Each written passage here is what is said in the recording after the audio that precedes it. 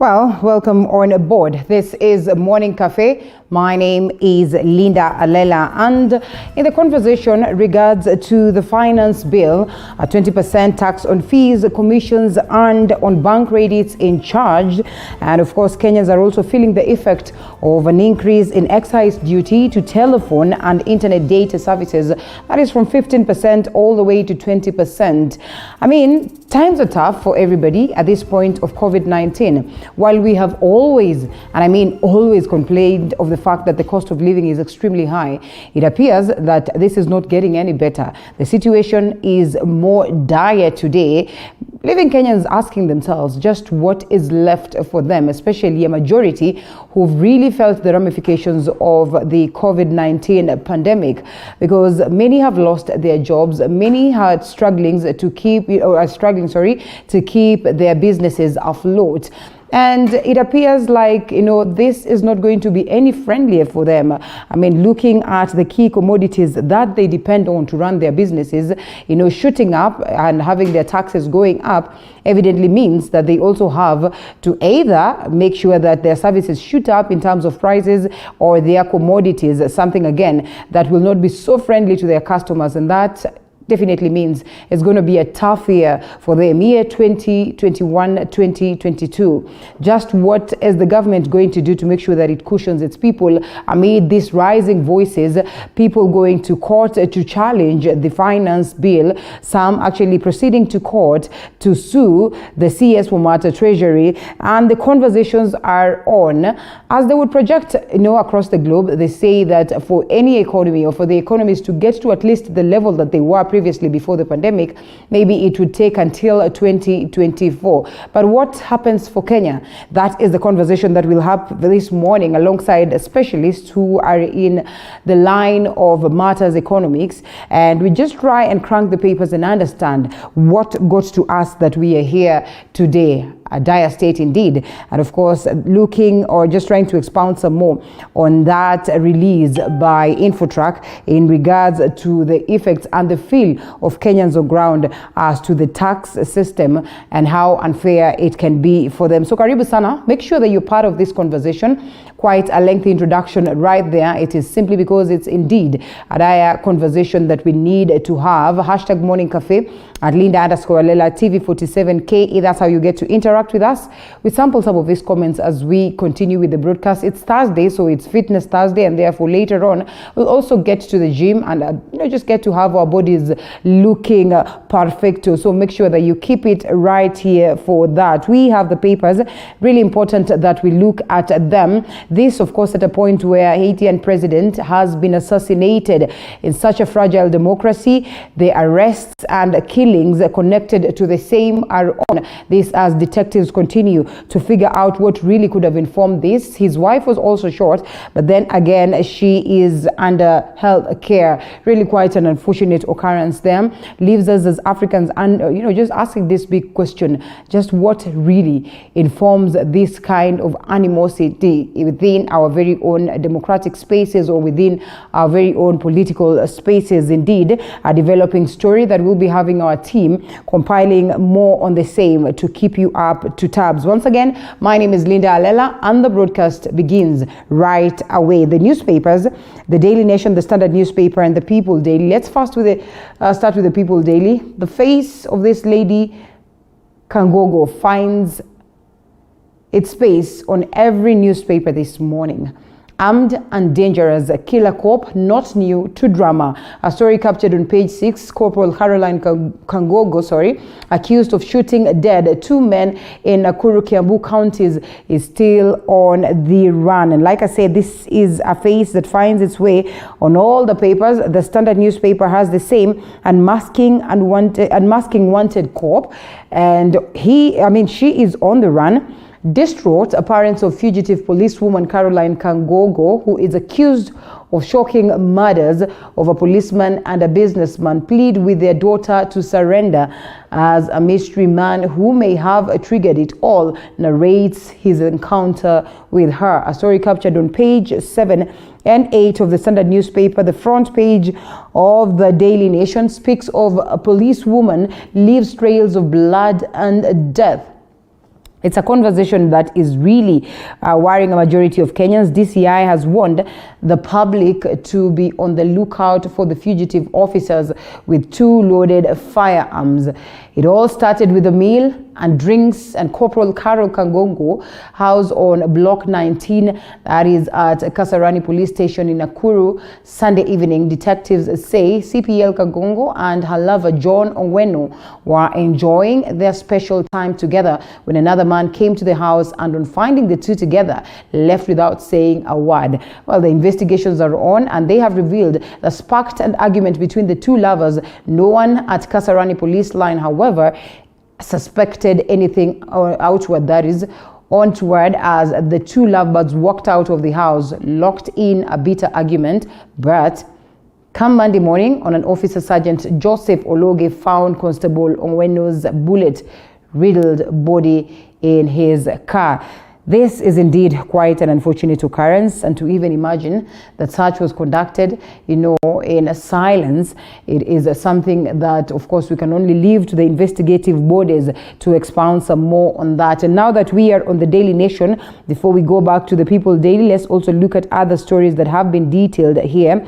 Veteran editor Hilary Ngweno bows out at 83. He was the first editor-in-chief of the Nation newspapers. May his soul rest in eternal peace. Indeed, we celebrate the life of a fellow scribe.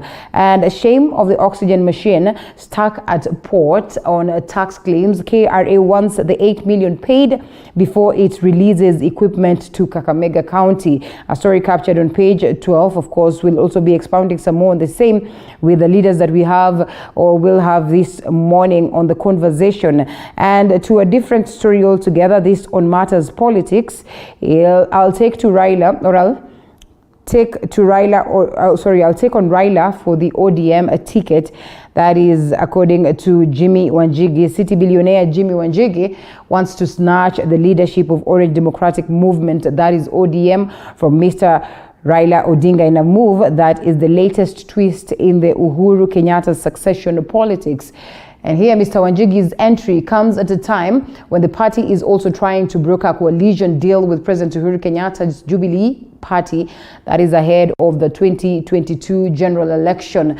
And he says, I will be running for the ODM ticket, and I'll be taking on Raila Odinga, and that will be my presidential ticket, Mr. Wanjigi told the Nation. A story captured on page 4. So interesting on matters politics. Also remember, this, of course, had been touched on a while back, should have been Monday this week, where the faces of the tycoons that run the political scene were also captured on one of the dailies, that is the People Daily, just painting a picture of how powerful these individuals can be, whether in politics or not, because then in a huge way they run the activities of politics in the nation. And Standard newspaper front page, let's look at what other story has been captured. Haitian president was assassinated, and a gunman shot and killed Haitian president Moise and wounded his wife in their home, inflicting more chaos on the unstable Caribbean country, already enduring an escalation of gang violence, protests, and COVID-19 infections.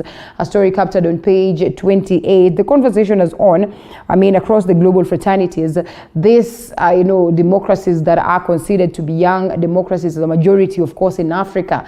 The biggest question is always what really runs the activities in these nations. Is it a divide and rule from the bigger brothers, or what really culminates, begging the question whether Africa indeed would need an election or not, whether indeed we are mature enough to handle some of these complications that come along with leadership. And so investigations are being carried, and we wait to see then what will culminate over the same. Like we have said, we already have a few killings that have been conducted on the suspects, and others have been arrested, and that is in connection to this assassination. A developing story that we'll be following up to update you. DP Ruto's love for Uganda.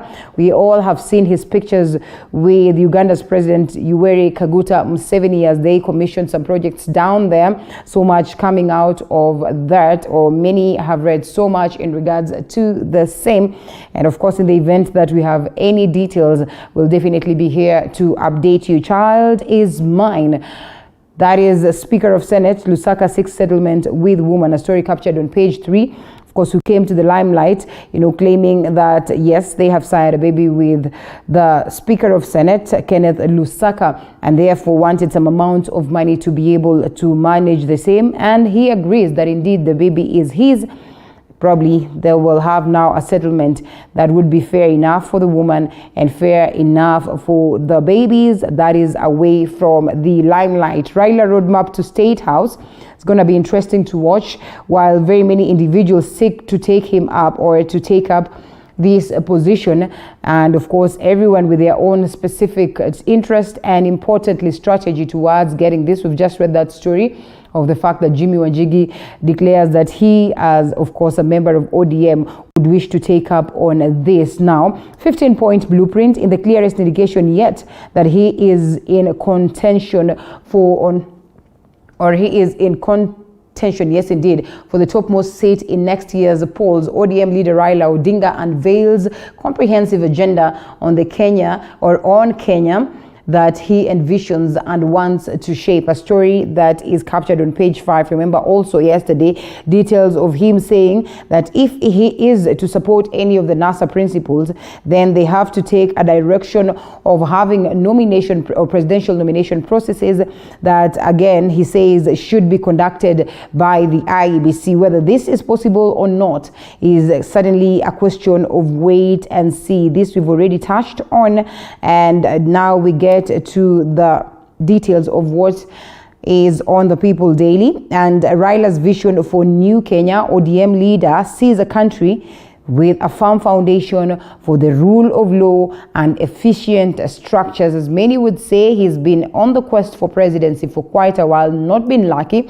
But the biggest question is, what more can he do? He's already being celebrated for being the father of democracy, or so to speak, based on the numerous things that he has done. That is father of liberation.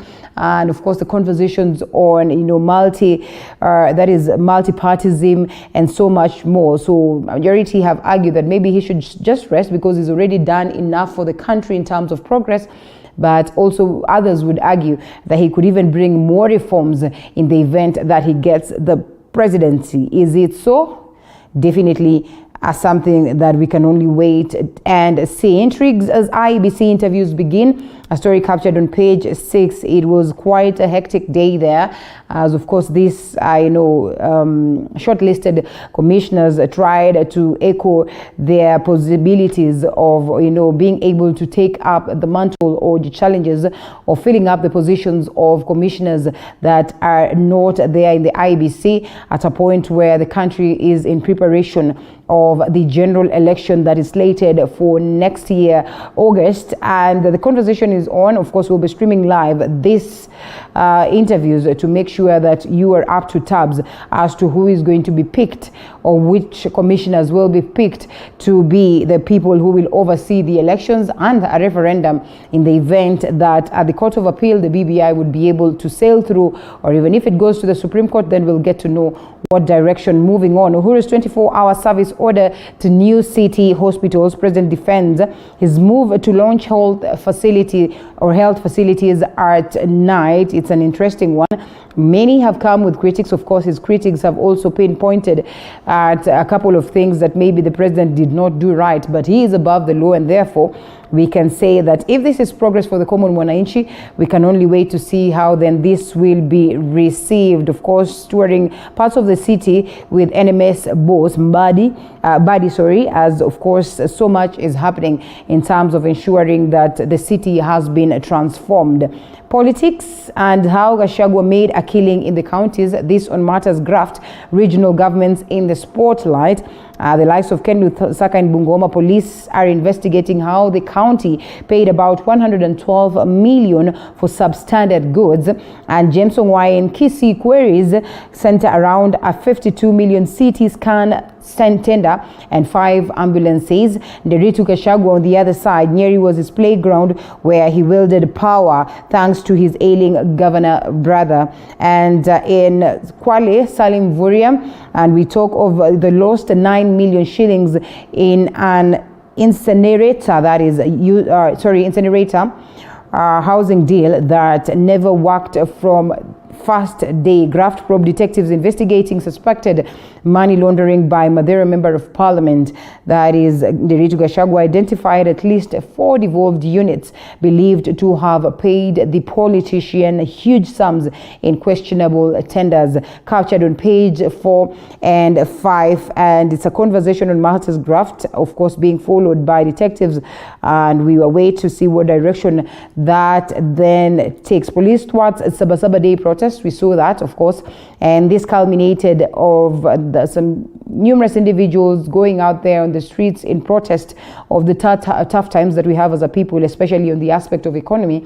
And we had our very own Joash Onsari compiling that report that again will trigger the conversation this morning as to the high cost of living and what many Kenyans would term as an unfair, tax system. So we leave that at that. Pick what my team has prepared. Maybe later we'll look at what is happening on the roads. Detectives in Kiambu County have launched investigations into the murder of Peter Njiru, who was found shot dead at a guest house in Juja. It is reported that Njiru was lured into the hotel room by Corporal Caroline Kangogo, a prime suspect in the murder of Police Constable John Ongweno in Nakuru. Kangogo made away with Ongweno's Seska pistol and is on the run. It was all quiet at Dedamax Hotel in Kimbo, Juja area. The place has been cordoned off as it is now a crime scene. From the hotel's CCTV cameras, Peter Njiru was seen walking into the hotel accompanied by a woman who is suspected to be Corporal Caroline Kangogo, a prime suspect in the murder of Constable John Ongweno. Before they settled at Dedamax for the night, they had lunch at Jogo Kimakia Country Lodge. Walioda drinks, wakakunywa Gilbes na soda 750 ml, akakunywa na maji. Alafu akaoda nyama 3/4 na ugali wakakula. So wakati walikula hakuna kitu kingine waliongezea, ni biru tu ililetwa. Madam mwenye walikuwa na huyo akaswipe. They then checked in here around 4 p.m. According to the DCI, Kangogo paid for a room where she allegedly shot Njiru in the head, killing him. She later left the room at midnight and Njiru's body was discovered in the morning. Detectives spent a few hours at the crime scene collecting samples that would aid in investigations. It was just the room where the offense, the crime happened. We have revisited. We have collected what we wanted to collect. We have also confirmed what we wanted to confirm. It involves looking for any fingerprints that could have been left at the crime scene, analyzing the drinks or something that was taken from there, and anything that was left by either the victim or the suspect. We have several teams that are out because we have recovered some footages that we believe that they can give us a lead. Njiru's body was taken to General Cargo Funeral Home, where a post-mortem will be conducted on Thursday this week. A manhunt for Kangogo has been launched by police officers who are urging members of the public to report any information of this suspect. DCI reports say the killer lady's corpse trail has been traced in Kisii County, where she is reportedly hunting for her third victim. The motive of her actions remains a mystery for now. DCI has described Kangogo as a rogue officer who has gone berserk and is on a killing spree. After the murder of Ongweno on Sunday night, she took off with his firearm, a loaded Seska pistol. It is believed that Kangogo and Ongweno were lovers. The murders come at a time when Interior CS Fred Matiang'i warned senior police officers against being in romantic relationships. Sharon Baranga, TV 47. A developing story. We'll definitely be having our team following up on the same for you. Now, oral interviews for the 4 vacant commissioner positions at the Independent Electoral and Boundaries Commission kicked off Wednesday with 2 applicants appearing before the 7-member selection panel. One applicant, however, withdrew from the race over claims that he forged his bachelor's degree. David Muthoka reports on day 1 of the interviews that are set to go on until the 22nd this month, and which will see 35 applicants put on the hot seat. Some issues are best addressed Wednesday morning at the Kenyatta International Convention Center, oral interviews for the 4 vacant commissioner positions at the IEBC were duly underway, with all eyes trained on 2 applicants on the hot seat on day 1. This despite the interviews getting off to a slow start after one other applicant failed to appear before the 7-member selection panel over fake degree claims. According to the panel's chair, Elizabeth Muli, Abdallah Mohammed, whose alma mater ironically features a stint at the National Police Service Commission, withdrew from the race moments after the panel sought his response to the accusations. My name is Abdirazak Arale Nuno, as you have it on record. First on the spotlight was Abdirazak Arale Nuno, a senior lecturer at the Moi University. Amid promises of being a breath of fresh air to the commission, the task ahead quickly dawned on the environmentalist as questions after questions poured in. Does that make an election invalid? The mere fact of having 1 million dead voters on the register. I would like to seek clarification, Mr. Kimuli, if there is evidence, and if an evidence can be adduced to the fact that this or some of these dead voters actually voted. The Don, who stated that he would leave the lecture hall should he be named commissioner, citing a conflict of interest, would have a difficult time explaining why he did not consider juggling between private and public sectors in the past as such. My answer to that would be that board membership, I've been a board member in 2011 as well, in Kenya Accreditation Service.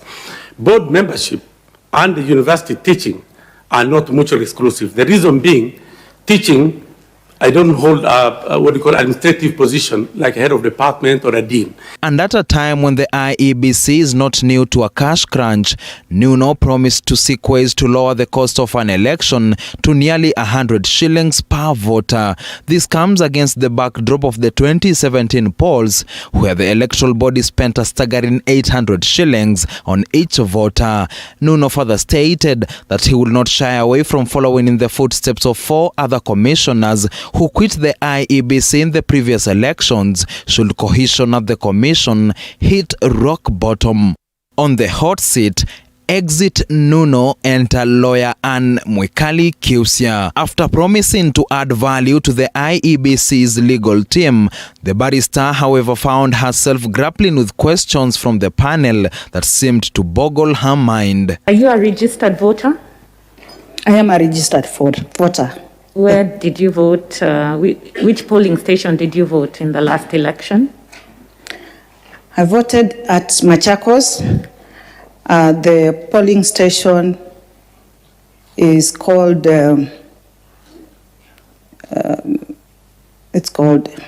What is the problem with our system that makes people's votes not count? Faced with a series of catch-22s, such as whether the upcoming elections should be suspended until the severity of the COVID-19 pandemic wears off, or whether the IEBC should disregard an executive order suspending the polls if it deems the grounds for the postponement as unsatisfactory, or whether Kenyans in the diaspora, prisons and those mentally challenged are eligible to vote, Kiusia vowed to use the Elections Act as her sword, shield and armor.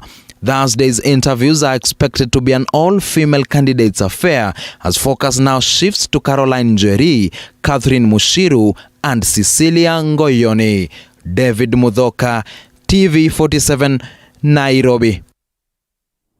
And the Magoga and Kiambaa by-elections that are up in a week's time have continued to be a center of disintegration within the ruling Jubilee Party. The party is now having pro-Jubilee for President Kenyatta and pro-UDA for Deputy President William Ruto. Campaigns have intensified, with those supporting Jubilee's Kariri Njama saying their win means unity for Mount Kenya, and those supporting UDA's Njuguna Wanjiku affirming that the Jubilee Party is long dead. Lekishon Laban with that report.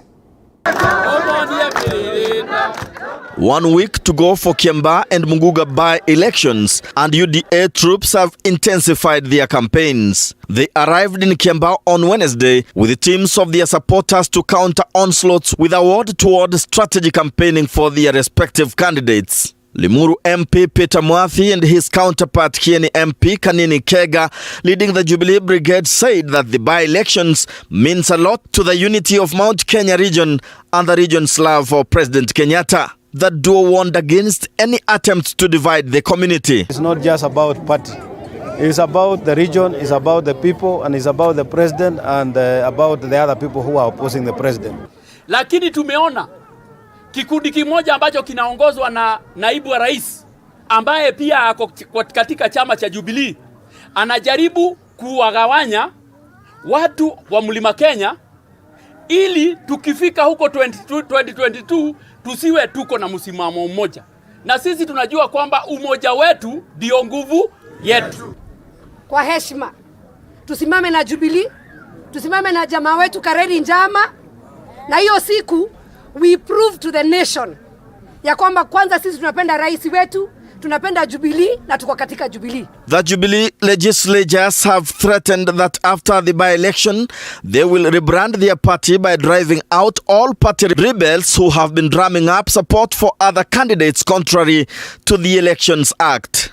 The party will sit down and weed out the rotten seeds that are within and who don't want to leave, so that we can have a clean party that is smooth and operations that are going on smoothly, and the leadership that is going to resonate with the aspirations of the people. That you don't have to wait for the registrar of political parties to tell you that you have gone against the Political Parties Act, you have gone against the Constitution. Your conscience should tell you that you cannot be in a marriage, which of course you are saying is abusive, and then you get married secretly. On the other hand, Jubilee members allied to Deputy President William Ruto, led by Murang'a Senator Irungu Kang'ata, have continued to defy the threats by those opposed to their love for the DP, saying plans to throw them out of the party are long overdue. Rebranding to join ODM, and for us, we don't support ODM. So they continue with their rebranding, as we will never follow that route. The effect of that is to mean Jubilee is now over. It has been folded up. It's now joining ODM to support ODM as a political party. Wanataka kurebrand to waondoe William Ruto. Wanaondoa William Ruto from where? He's not party and he's not part of that party anymore. 1 year before elections, it's no longer necessary which party you are, legally or not. Nothing can happen. From January, you cannot do a by-election. This is a season of people moving to their parties of choice. The by-election is scheduled for July 15th to fill a vacancy that occurred following the death of Jubilee MP Paul Koinange in March. Lekishon Laban, TV 47. More on politics, Kirinyaga Governor Anne Waiguru has declared that she will defend her gubernatorial seat come 2022. Now, while reacting to social media posters that had placed her as a running mate to various presidential candidates, the first-time governor said that she is not seeking to be anyone's running mate during the 2022 presidential elections. She further downplayed politics of division within the Mount Kenya region, saying that leaders are entitled to diverse opinions as to where the region is heading.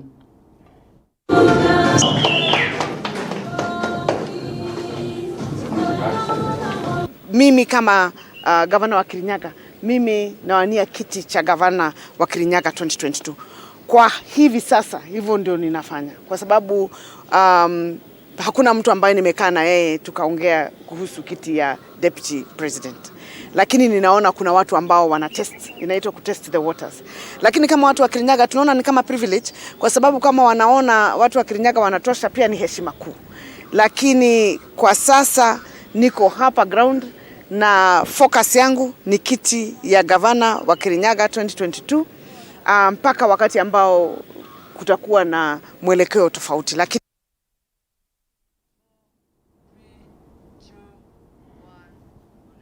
Laikipia Governor Nderitu Muriithi and his Machakos counterpart Alfred Mutua have lashed out at the national government for delays in releasing of county government funds. Now speaking in Nanyuki after holding a consultative meeting, the duo said that the government is frustrating devolution by withholding funds meant for the devolved units. Governors have been threatening to move to court to sue the national government over the delays.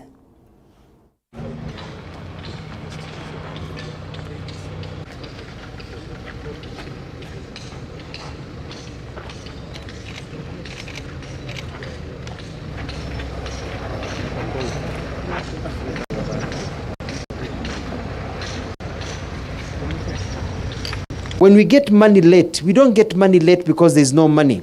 We get money late because the priority of funding counties is really not there. Tuko huku chini kabisa. They fund others before they fund counties. President Uhuru Kenyatta, wherever he goes, watu wanamwambia hakuna pesa. Ukiuliza hapa Nanyuki hivi leo, watu wanasema hakuna pesa kwa mfuko. Kwa nini? Because money is not trickling to the ground.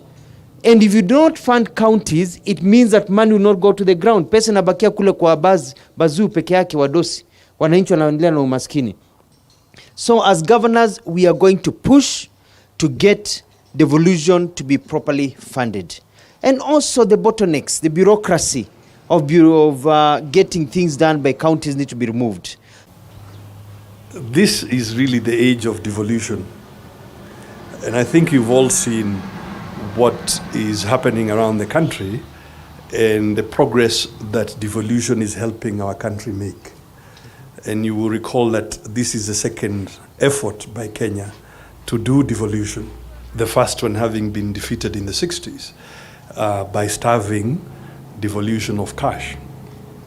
And so we do want to emphasize that history must not repeat itself. We mustn't allow ourselves to constrain development of Kenya by those forces that are not as supportive of devolution. All right, here we are, and we are getting to a different conversation altogether as we await our guests this morning.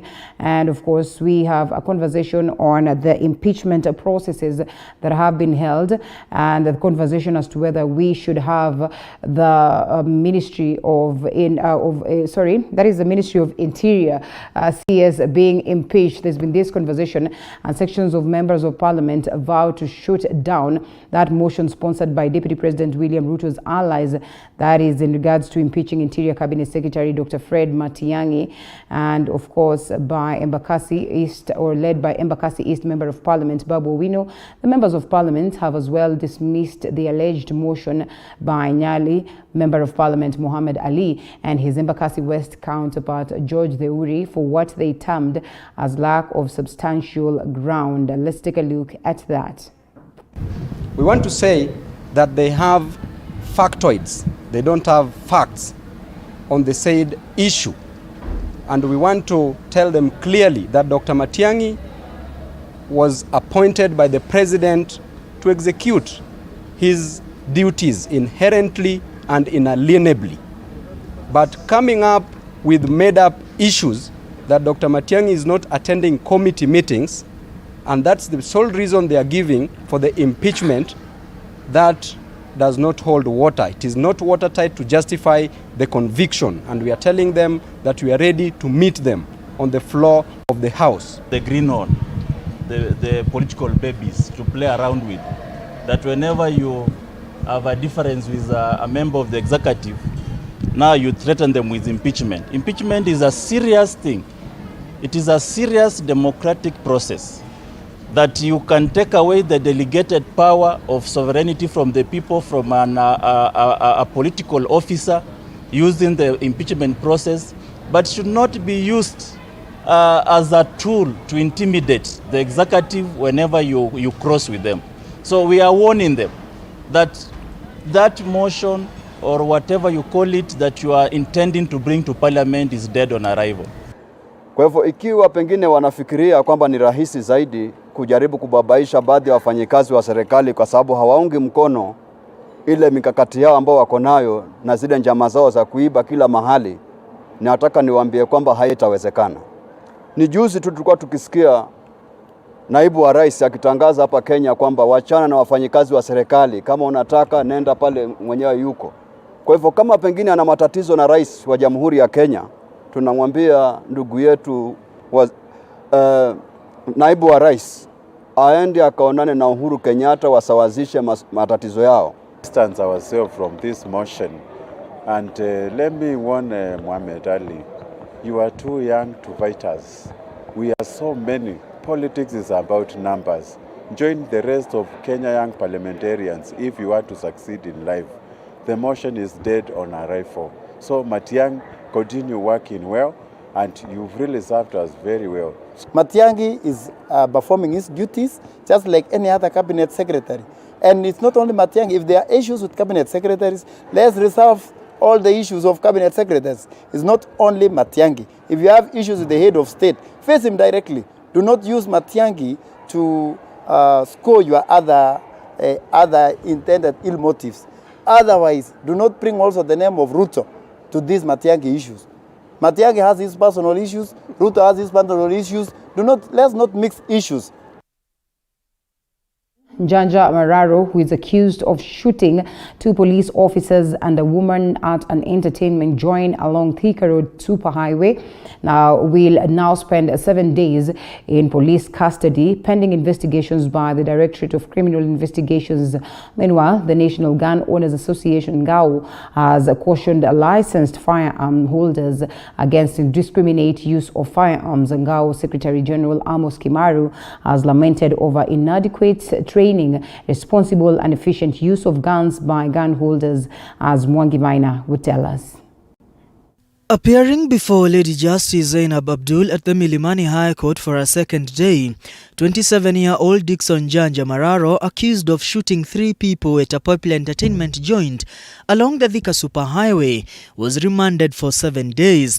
Justice Zainab threw out an application by the DCI that sought to detain Mararo for a fortnight. In the interest of justice and public interest, I find that a proper case has been made out by the state to warrant the detention of the suspect to enable the DCI officers conclude the investigations.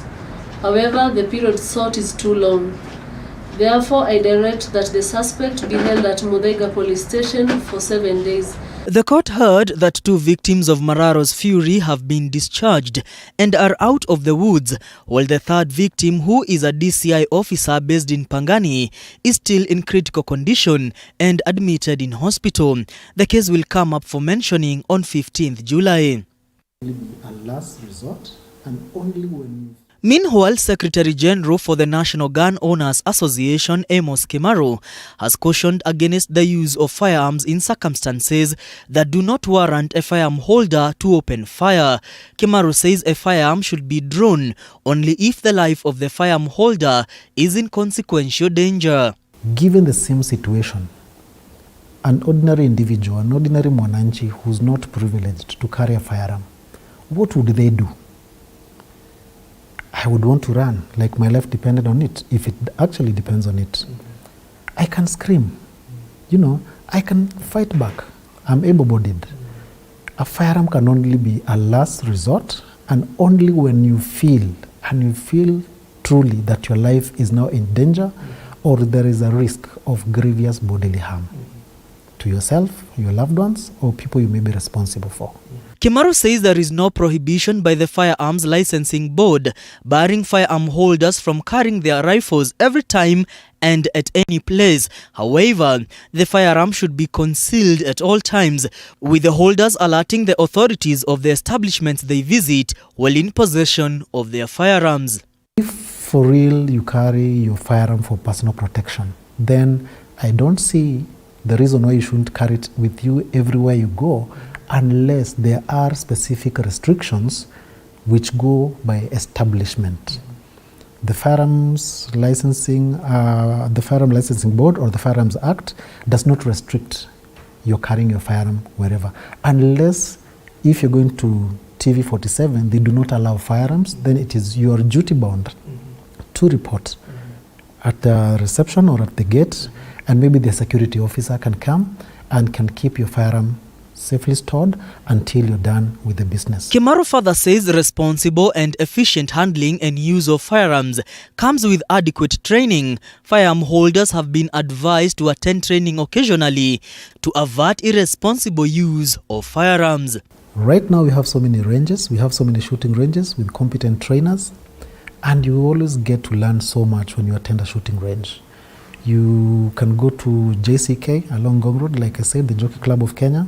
You can go to Kenya Regiment Rifle Club. It's based near the Sailing Club in Langata. Or you can come to the Ngao Kenya Range in Kirigiti, which is the largest outdoor civilian-owned range we have in the country. We have over 14 shooting bays. This means you can have individualized training. Any aspiring gun holder must acquire a license from the Firearms Licensing Board after vetting, approval, and recommendation from the relevant police departments, which begins from the officer commanding station of one's locality. Mwangi Maina, TV47, Nairobi. Kakamega County residents will be forced to undertake burial rites in less than 10 hours of body retrieval from the morgue. This, according to Area Governor Wycliffe Oparanya, who says the new measures are part of the county government's effort in curbing COVID-19 infections. The Council of Governors has already warned of the rising number of COVID-19 infections in the 13 high-risk counties, as Zainab Mohammed reports. After 13 counties were marked as COVID-19 hotspots a couple of weeks ago and stringent measures imposed, the COVID-19 situation in the lakeside and western parts of the country is seemingly getting worse by the day, with Kakamega County government now imposing new measures in order to counter the rising number of infections in the area. According to Kakamega County Governor Wycliffe Oparanya, residents now be forced to undertake burial rites in less than 10 hours of body retrieval from the morgue. We'll be removing bodies between 6 a.m. and 10:30 a.m. and the burial will be the same day, and that will be effective with immediate effect. And this should cut across the entire Kakamega County. We've agreed as a COVID preparedness committee that no body should stay overnight in any home. The governor has further ascertained the oxygen shortage challenge facing the county, sentiments that were echoed by the Council of Governors. According to the county bosses, in the past 1 week, the number of patients in the intensive care unit has increased from 35 patients to 62 patients as of 5th July.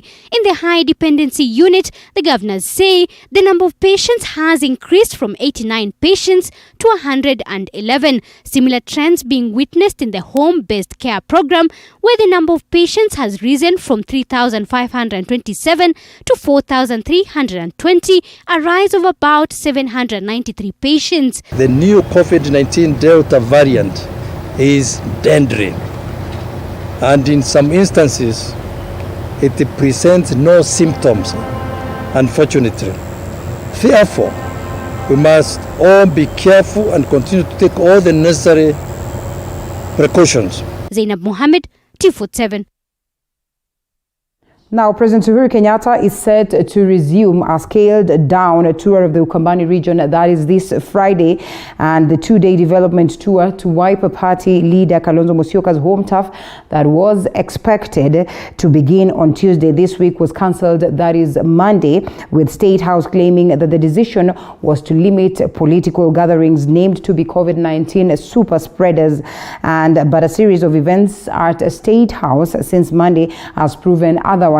And as Makueni Governor Kivutha Kibwana's tweet revealed, that the cancellation of President Kenyatta's tour could have been as a result of the political differences that have been witnessed between Kalonzo and Kibwana himself. The supremacy battles between Ukambani leaders, which momentarily led to the suspension of President Uhuru Kenyatta's two-day development tour to the region, has caused jitters among politicians from the region.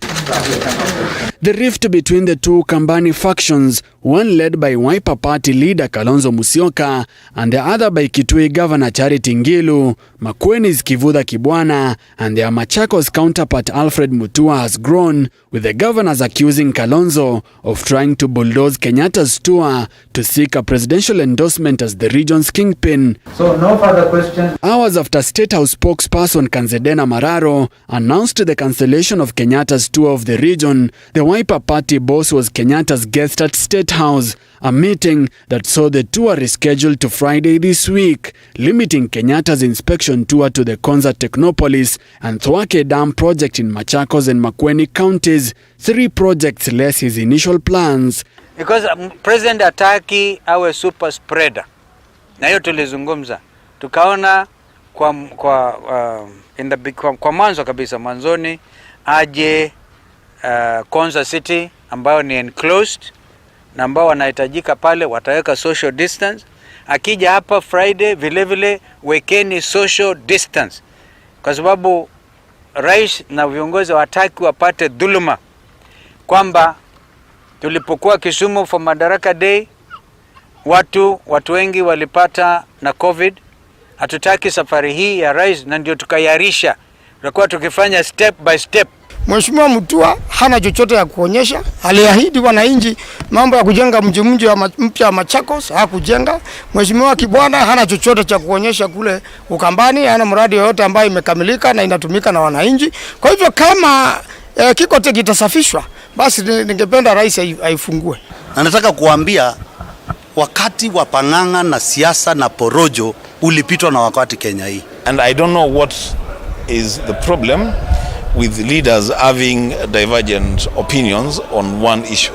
It happens all over. Governor Kibwana, affirming Ukambani's troubles, slammed Musyoka and his cronies for interfering with Kenyatta's travel plans, sarcastically announcing Kalonzo's first-time visit to Thwake Dam ahead of Kenyatta's Friday tour. Kibwana in a tweet wrote that he expects to see a change from Kenyatta's tour. President Kenyatta's visit to ODM leader Raila Odinga's home turf in May to unveil several government projects is believed to have irked leaders from Ukambani over the perceived unfair distribution of the handshake goodies. But Kenyatta's selective tour of Ukambani on Friday could prove more divisive for the region. President Uhuru Kenyatta on Tuesday night commissioned 5 new hospitals in Nairobi County, directing them to offer 24-hour services to citizens. Mudhoni Maina with more details. The president was burning the midnight oil, literally. Tuesday night, and President Uhuru Kenyatta was traversing the city slums commissioning hospitals. The nightly tour saw Uhuru commission 2 level 2 hospitals at Igishagi in Kangemi and Katina in Kawangware, as well as 3 hospitals in Mukuru kwa Ruben, Tasia kwa Ndege and Our Lady of Nazareth in Mukuru kwa Jenga. But why at night? It would have been impossible to go and do what we did today during the day because of the number of people who would have been out there. It would have made that very difficult for us to be able to do the job we want to do and at the same time observe the COVID protocols that as a government we have put in play. So that necessitated that this kind of action needed to be done at night. The new facilities are part of 24 such hospitals by Nairobi Metropolitan Services, so as to decongest Kenyatta National Hospital, Mama Lucy, Pumwani and Mbagathi hospitals. Decided that it was important that we have the capacity to give health care to where people are, because the majority of Nairobi's citizenry had only Kenyatta National Hospital and Mama Lucy. And the information that we were given at that day was that mothers arrive at 8 o'clock in the evening. If they give birth at noon or midday, by 6 o'clock they had to vacate their bed and go to their places. So that indignity, that lack of service is what made me decide that we need to ensure that we need to provide this service. Further, the head of state said the operation was aimed at enabling him to assess the population of city's residents, especially those in informal settlements where the hospitals are located. Accompanied by the NMS Director General Mohammed Badi and several senior government officials, the president also inspected ongoing road projects in the slums. Muthoni Maina, TV47. Thank you, Muthoni. Now, the Kenya Revenue Authority has commissioned a 2.6 billion shillings metropolitan fiber optic network in Mombasa Port, linking 23 clearance points to a centralized location in the taxman's Nairobi headquarters. The project is part of the 50 billion Eastern Africa Regional Transport, Trade and Development Facilitation Program that connects Kenya and South Sudan through a fiber optic cable network. Now, the new technology, jointly funded by the World Bank and Kenyan government, is expected to increase efficiency in revenue collection as well as reduce the cost and time of conducting business. If you automate touch points, then you are able to ensure that traders and their goods move faster. You are able to ensure that revenue is collected at the appropriate time and at the appropriate amount. This was very key to ensure that the 23 touch points you have in Kenya Ports Authority, all the way from gate number 9 to the newest gate at the far end of number 23. That those places you don't have a makeshift network, because makeshift network then ensures, brings in the deficiency of reliability. But all those 23 points, they are aggregated, they are linked to Nairobi. We have the custom systems, which it will be a consumer of the system that has been placed. The systems need to be connected so that you are able to launch your entries, you are able to pay taxes, and because the system will be much efficient, there will be less or minimal system town times, and therefore leading to faster clearance and enhancing international trade. So we expect that there will be no much complaints from taxpayers saying that there are delays at the port of Mombasa. Now, Agriculture Cabinet Secretary Peter Munya has called on the new KTDA Holdings, that is the board, to move with speed in executing actions and strategies that will accord farmers enhanced earnings and get the subsector back to the sustainability and profitability path. Now, speaking at an induction ceremony for the new board at a Nairobi hotel, that is yesterday, CS Munya said the new board has taken up the new leadership mantle against the backdrop of ongoing reforms, adding that there is increased expectation to reforms and refocus the business's objectives to serve the interests of the farmers. He reiterated government's commitment to continue facilitating policy support in the subsector, cautioning that the effectiveness of the government's support will only be realized if there is reciprocation from stakeholders.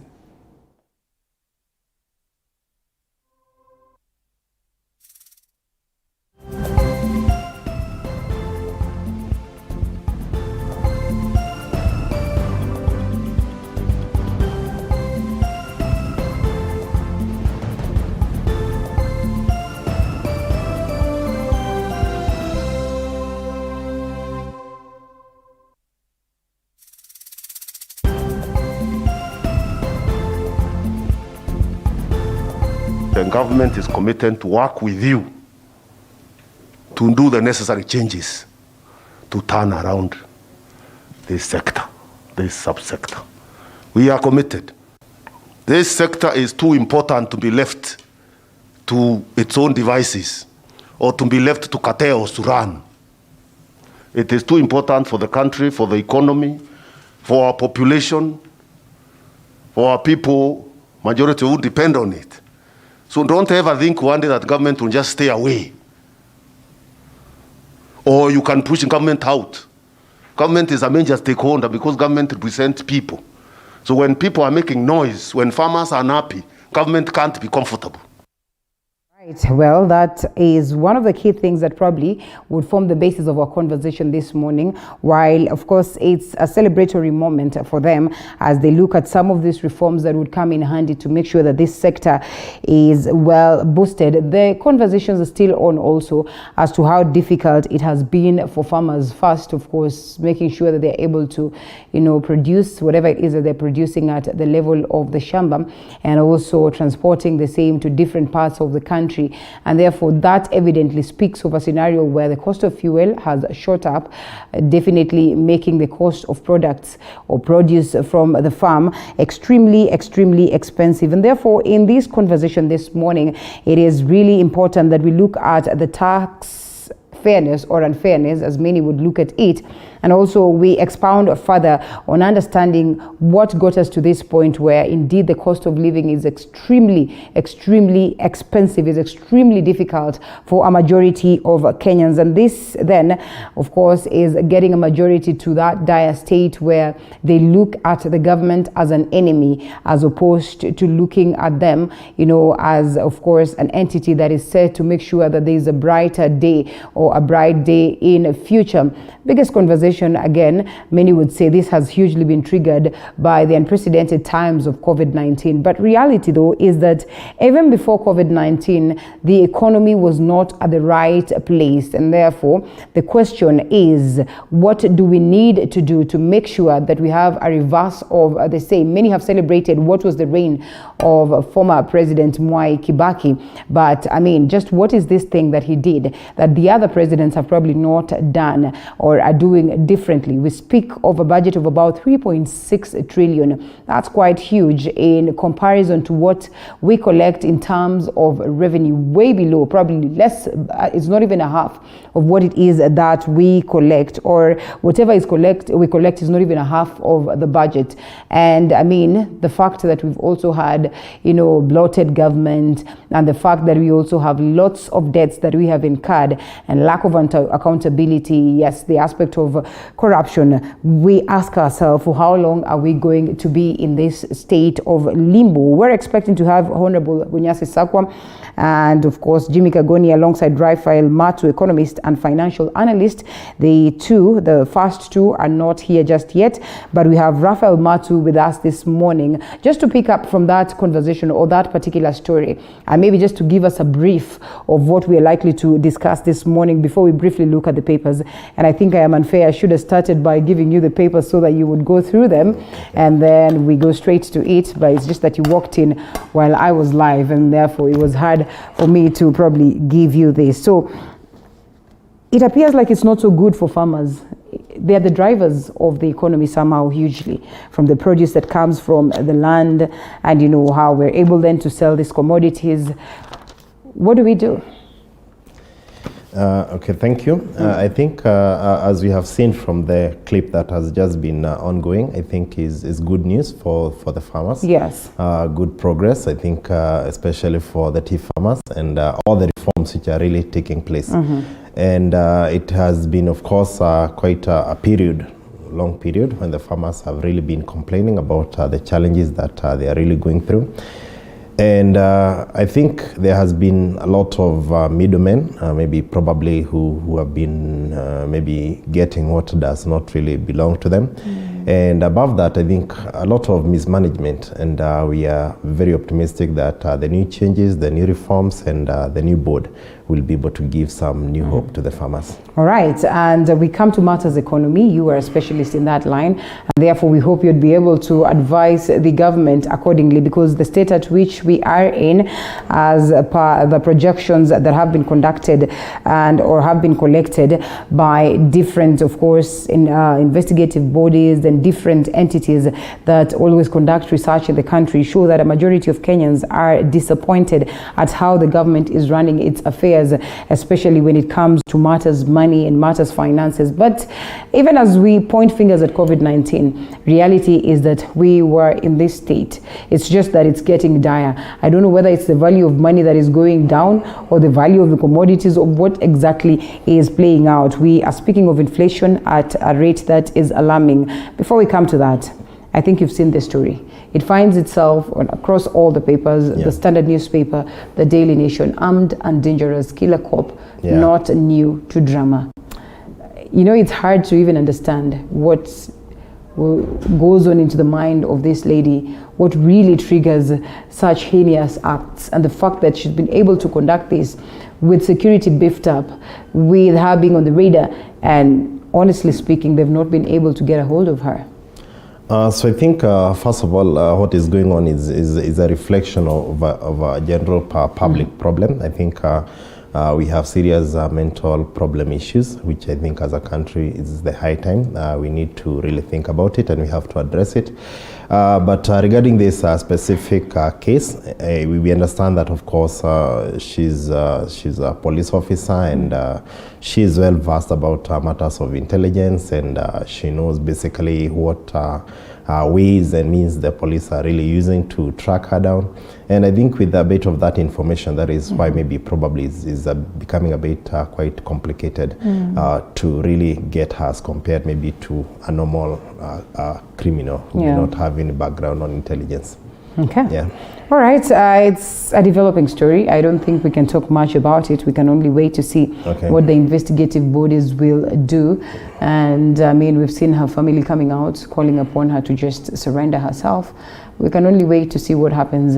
The other guy who also conducted almost a similar act somewhere in Quiver Launch, that is the other day should be over the weekend, that is on this end, surrendered himself alongside the company of Beta.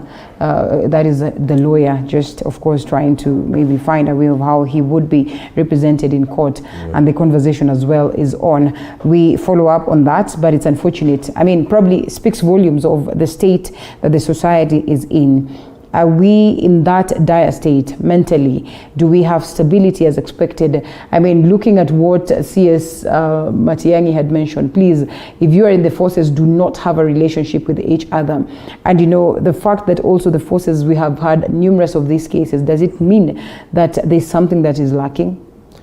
Like I've just said earlier, I think we have said is a reflection of what we are really going through, maybe as a society, and again also beyond maybe the pressures of the day life, we also need to look at maybe what kind of information that we consume, maybe probably on a daily basis. These cases of murder, these cases of violence, they are almost becoming norm, and maybe probably people are becoming accustomed to them. And I think as we do that, we have now seen maybe the increase in the crime rates and so forth. So whatever we are consuming also as a community on a daily basis has major implications on how we behave. Yeah. All right. Well, we wait to see what culminates out of it. I think we leave it at that, but it is necessary that we also have these conversations, as you would say, as a society, just to get to understand what is this that we are consuming, and maybe have numerous sessions of counseling that would probably come in handy. Another story on matters politics. I don't know whether you'd love to touch on matters politics, though we all know that politics runs the world, and therefore if you're an economist, if you're a journalist, whichever sector that you're in, it's also important to be privy of what is happening on the political scene. First, we start with this one. Intrigues as IEBC interviews begin. This yesterday in search of 4 more commissioners that will come along to help the likes of Chebukati, who are still there in running the activities. As confirmed, do you have some level of confidence on IEBC so far, even before we get the new commissioners? Because many have argued that maybe it is not well conformed as it is to be able to take us through an election. So of course, as you have just said, we have deficits in terms of the numbers, so in terms of commissioners. I don't really believe as they are constituted as now, they can be in a position really to conduct an election. And looking as a way forward, I think it's good we feel in the positions of those commissioners. It will give people a bit of confidence. Of course, as a country, we may not really be able to rule out fully political interference, even maybe probably even in the selection process. We may not be very sure, but we hope that they will be able to do it in an open way. They will be able to do it in a clean manner, so that we can be able to build confidence, because we have seen previously what we had in 2017, what we had in 2013. There was a lot of loss of confidence in terms of the IEBC commissioner. So we hope that as we do it this time, we will be able to get it right. Yeah. Okay, and this at the end, and this is also a story that finds itself across a majority of papers here. Raila's vision for New Kenya. ODM leader sees a country with a firm foundation for the rule of law and efficient structures. Why I say it somehow finds itself on the other papers, just to look at them. We have the Standard newspaper. Standard newspaper speaks of the same Raila roadmap to State House in the clearest indication yet that he is in contention for the topmost seat in next year's polls. ODM leader Raila unveils a comprehensive agenda that is on the Kenya that he envisions and wants to shape. A story that has been captured on page 5 and also on the Daily Nation, I believe. There's something that would connect to Right Honorable Raila Odinga, where Jimmy Wanjigi declares that he will take up on Raila, or he will take on Raila for the ODM ticket. He says that, I mean, he's probably been part and parcel of ODM, and we all know that he's been instrumental also during the campaigns of Right Honorable Raila Odinga, and therefore this time around he says he is going to go it for the presidency under the ODM ticket, and such is democracy. Yesterday, ODM leader said, or it was the day before yesterday, he says that, you know what, any NASA coalition leader or principal that would wish to get his support then would probably need to go through a democratic process where they will conduct presidential nominations that will be conducted by IEBC, and therefore the person who carries the day will be flag bearer in whatever coalition that they will be sitting on. What do you make of the politics of succession?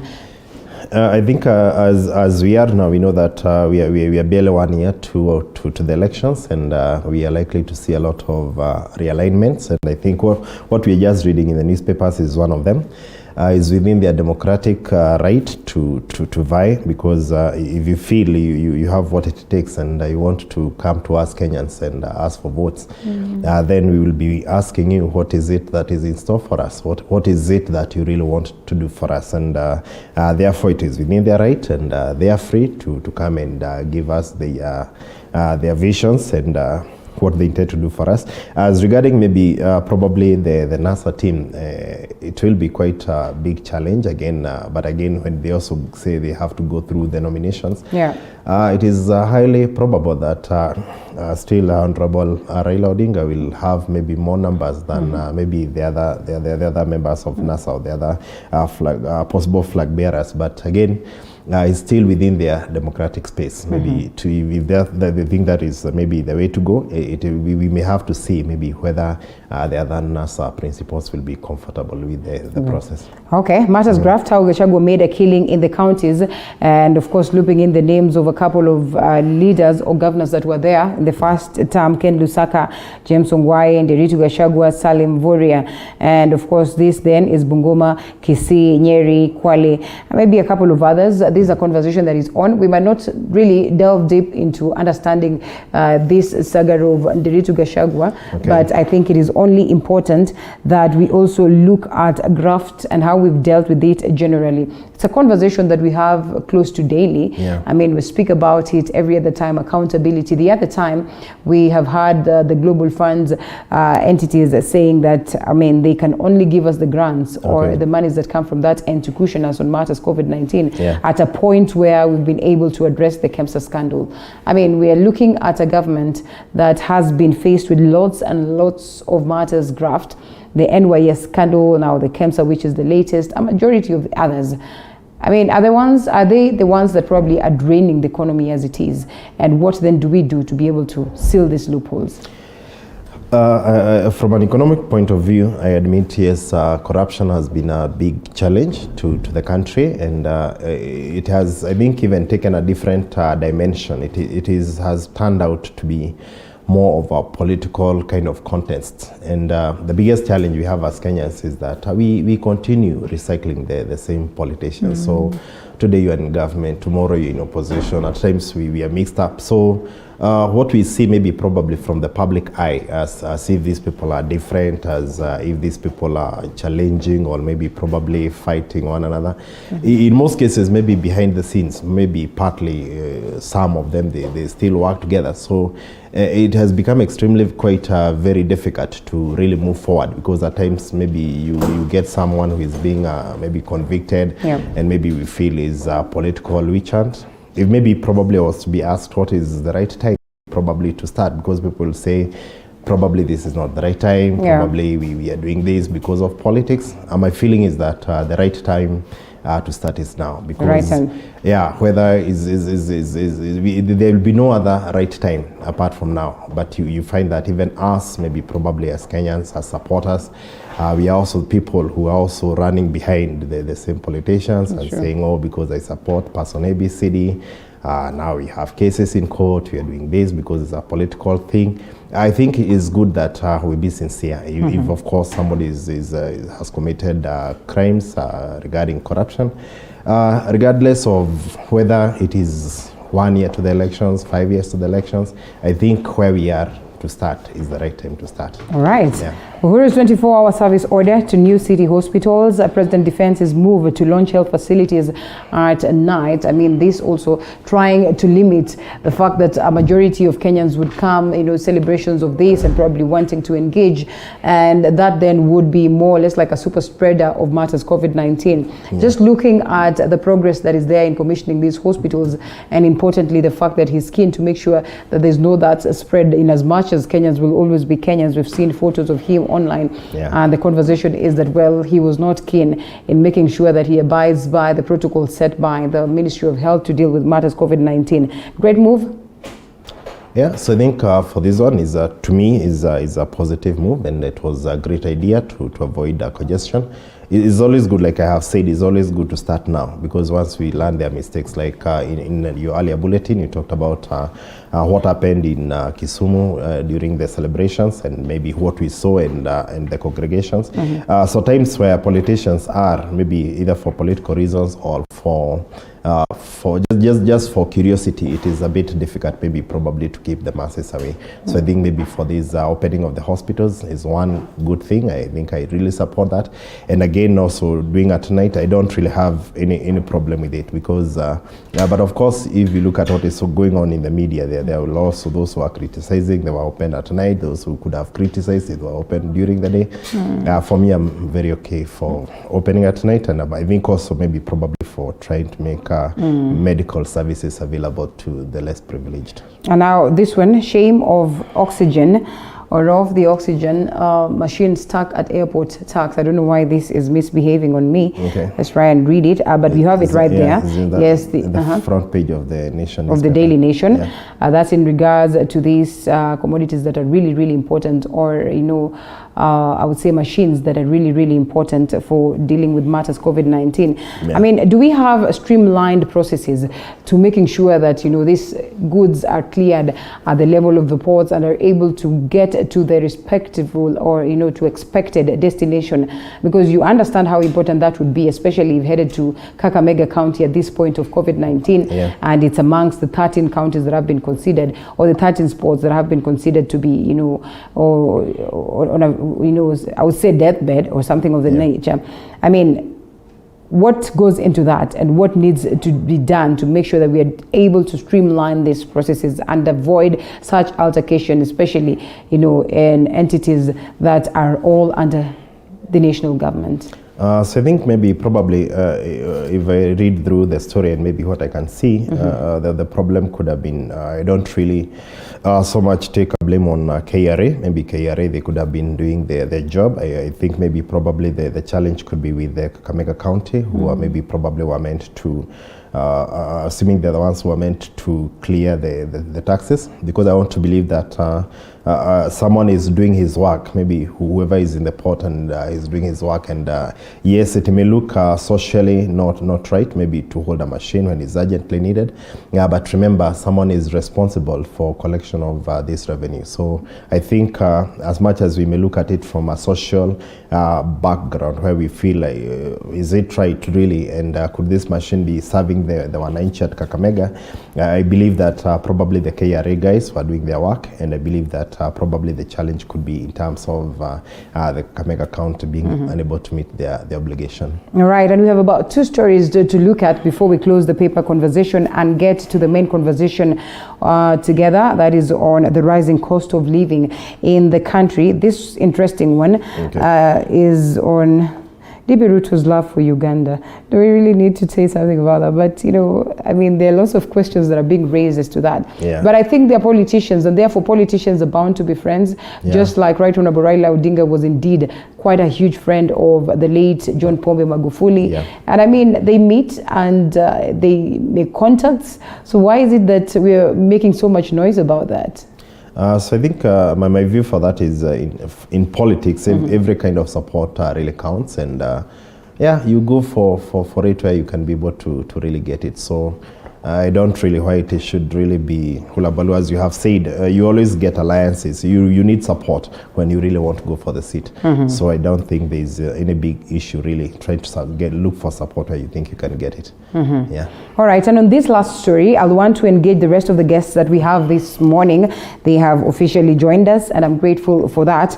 We have Honorable Bunyasi Sakwa, Member of Parliament, Nambale, and we also have Daniel Orogo, who's also a specialist on matters governance, will be joining us via Skype or virtually, and therefore it is really, really important that we also engage them on this. That is on, of course, the global perspective.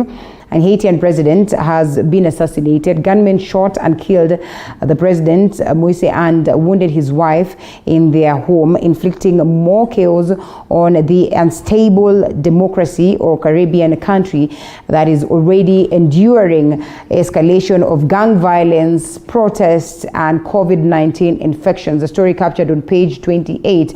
I mean, the world wakes up to this unfortunate occurrence. Honorable Bunyasi Sakwa, just what does it speak about the politics of Africa, the politics of, you know, the global fraternity, when you wake up to a scenario where the most guarded man in the nation is assassinated in his very own home? Thanks very much indeed. Sorry, I ran in late. Traffic and diversions are unpredictable now. Yeah, it's quite sad. Haiti is one of the oldest independent countries in the southern hemisphere. They got their independence, I think, in 1804, maybe thereabouts. But they have been continuously unstable. Sometimes there have been external interests, and now there are enough internal reasons for them to continue to be unstable. Poverty, and therefore, you know, very poor economic status. And now you add all of these things, plus the neighborhoods that are quite unstable in Latin America and so on, and it's very easy for gangs to hide and that kind of thing. So it's really quite a problem. It's not easy for them. I think it's a situation in which perhaps an affiliation with a beneficial external partner might be helpful. You remember their first head of state is known as a famous dictator. He died later in France. He had been in for a long time. He had a very tight control over the country, low education achievements, poor economic performance. So the fundamentals of a stable country aren't there, and I guess that it is going to continue to suffer a while. But that old-fashioned style of assassinations of politicians, the rulers or other senior politicians, is very traumatizing to the nation and very destabilizing indeed. All right, Northern America, country so to speak, of course a Caribbean country for that matter. Dan Orogo, if you can hear me, just to loop you in on this one as we close on the review of the papers. What does it speak of the politics of different nations, the animosity that is being witnessed there? And I mean, what do you suppose could have triggered this conversation? And we all agree that it's been quite tight for, of course, Haiti for the longest of time, at least from what it is that we have seen. I think thanks to that, looping me in, viewers, I think like Sakwa Bunyasi has mentioned, you know, it's quite intriguing when you know, we are still having this kind of barbaric, you know, assassination of presidents, and you look at the context at which, you know, the Haitian government was assassinated. It's worrying, because first, who would get an access to a private villa of a head of state and, you know, carry out such a barbaric, you know, murder of a president? So I think the murder is surrounded by a lot of, you know, issues that needs to be explained, because the details, the security details of our head of state is so elaborate and so detailed and well organized. So first of all, I think there is much to do with geopolitics of that region and external interferences of running of this the state of Haiti. You had also mentioned, and also it's indicated that Port-au-Prince had been the capital, had been a center where guns and drug dealings are running amok. And, the instability that is caused by economic issues, the external interference that is caused by, Western countries and interested parties who's got, really want some stake in running over Haiti and, in these Caribbean countries. I think that is something that we, the foreign policy experts should be, elaborating really the kind of geopolitics that is at play in the killing and the mass murder. So I think first of all, on the flip side, it's good to mention, that there were indicators that this was going to happen. When there were different instability, riots, and exacerbated by COVID-19, and we've seen this is one of the countries that have been really hit by the earthquake, some years ago, and that exposes the bare knuckle of the stability of this country. So I think it's most important that we pray for the people of Haiti. We call on the governments and the regional governments to make sure that the country, as they have declared that there is, some state of instability, and that the premier is in charge. But also, let's really ask what then is on the flip side, because that is a tip of the iceberg to secure that, that nation, because that is proceeds. You've seen there is a number of instability, not only also in Haiti, regionally. Down here in Swaziland, south here in Mozambique. So I think it's important also to begin for foreign policy experts to make sure that there is a foreign stability and policy that is able to restore, the dignity and the people of Haiti for stability. All right, thank you so much. Coming to you for us, we'll probably close it for that matter. It's not all rosy down there, and I know there are a lot of adjustments that are being done. It's not been easy for Chad. It almost happens, that of course they also lost the head of state the other day, and we have seen how it has been hard for them to just gain that stability, and such has been there historically. What does this speak as we come to a close?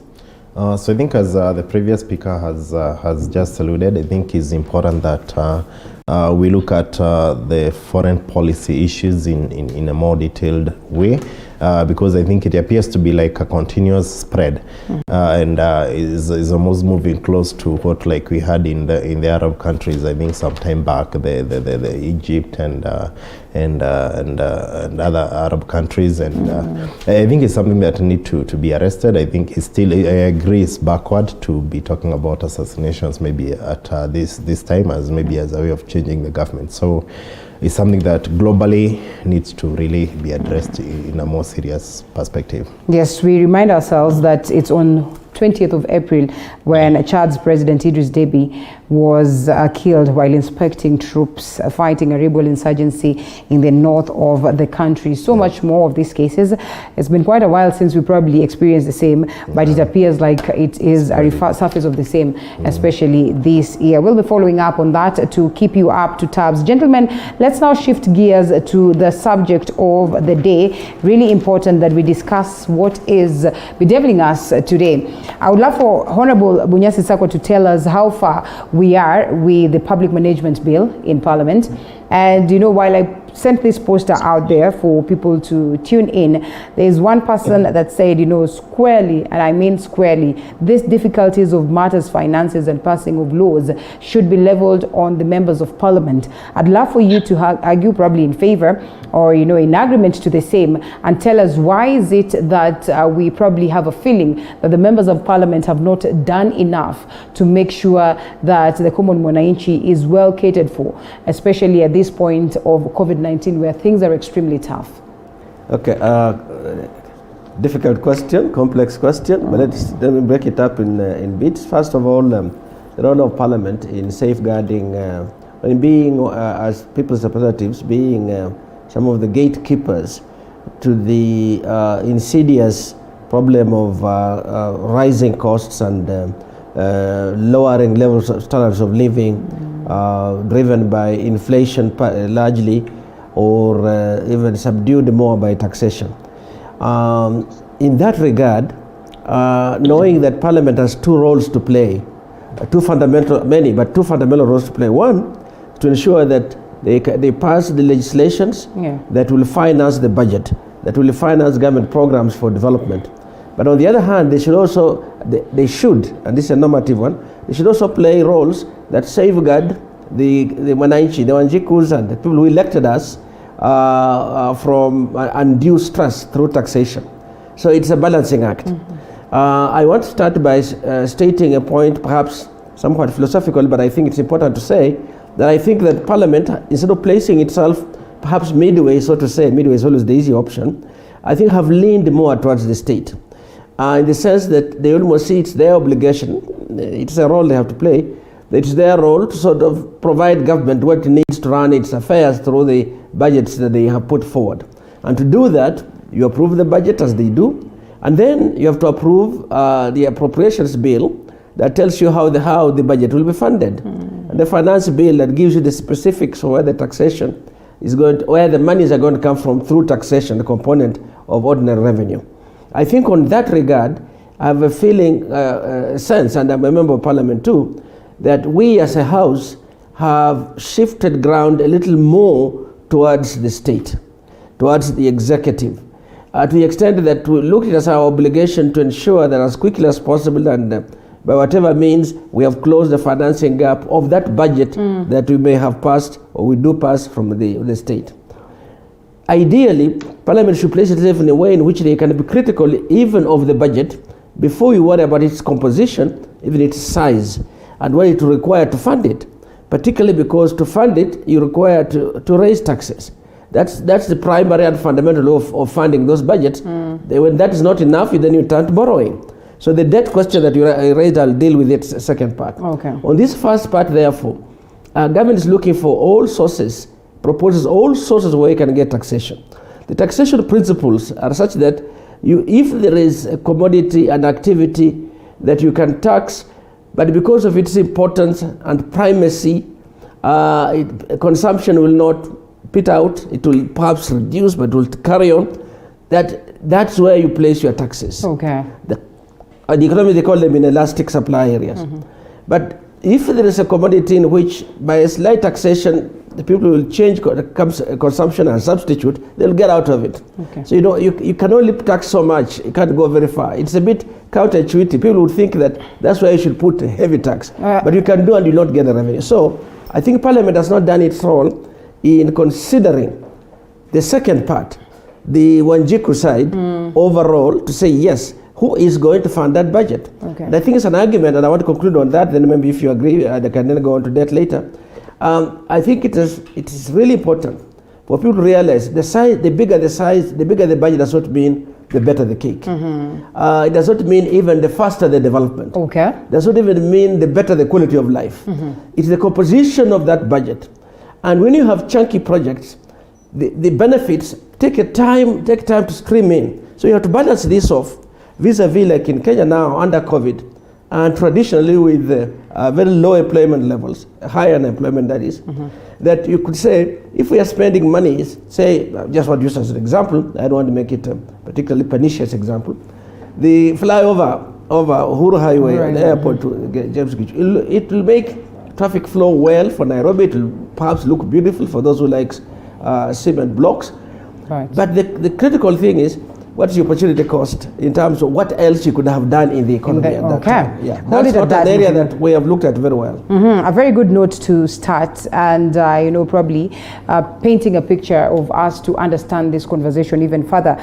Dan, before I come to you, maybe we need to engage the economist, and probably this on an economical perspective, really important that you probably unpack the statements of Honorable Bunyasi Sakwa, and probably just give us some economic sense in regards to his argument briefly before we take a quick break, and then we come to Dan to equally, represent Wanjiku in this case, and, also fire some shots to Mheshimiwa, who acknowledges that indeed as Parliament, they probably would have done better in terms of dealing with this.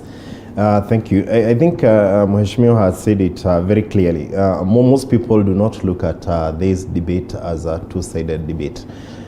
We really tend to look so much and talk so much about Wanjiku, but forgetting that the governments need to operate. The government needs to function. Remember that like last year when we were talking about the stimulus package, in fact there was an overall cry, why are we not telling people not to pay taxes completely? Yeah. You see the fact that COVID came in does not mean that the government did shut down. With security, health, and all the other services of the government were still being delivered. So he has said it very clearly that we need to look at the debate from two sides, that yes, the government needs to operate, needs revenue, and the only sources of revenue for the government is basically taxes or debt. And the more you get the government involved into the economy, because as we move forward, previously we came from what we used to call as the structural adjustment programs, and now the government is really coming in a lot in terms of education, in terms of health, and many others. The more government involvement in the economy, the more revenue the government needs to operate, and consequently, the more taxes or the more borrowing, or in terms of debt. In terms of how Parliament is really doing in terms of its role, it is true that it has to facilitate the government to operate, or rather the executive to do its functions, while at the same time you also have to look at the interest of Wanjiku. Yeah. And there's usually a lot of debate, what commodities should we really tax, like he was trying to really address what we call as elasticity. There's been a lot of uproar even when you talk about taxes on fuel, taxes on foodstuffs and such.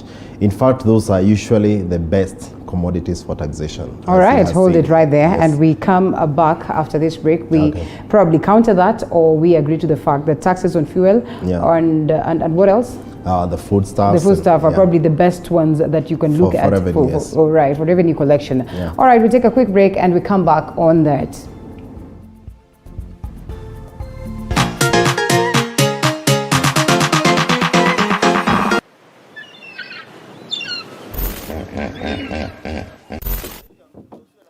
Crocodile inaweza tokea juu.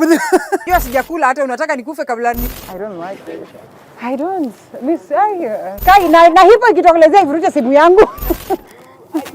No, ni sawa. Those who know me will tell you I'm not a lover of large volumes of water. But for you, we rove the different parts of the country and beyond just to make sure that we bring you the experience. We educate you, we entertain you, and we inform you. That it's not political and it can do something. As we sail the boat of Morning Cafe to enlighten you, entertain you, and inform you every Monday to Friday, only on TV 47.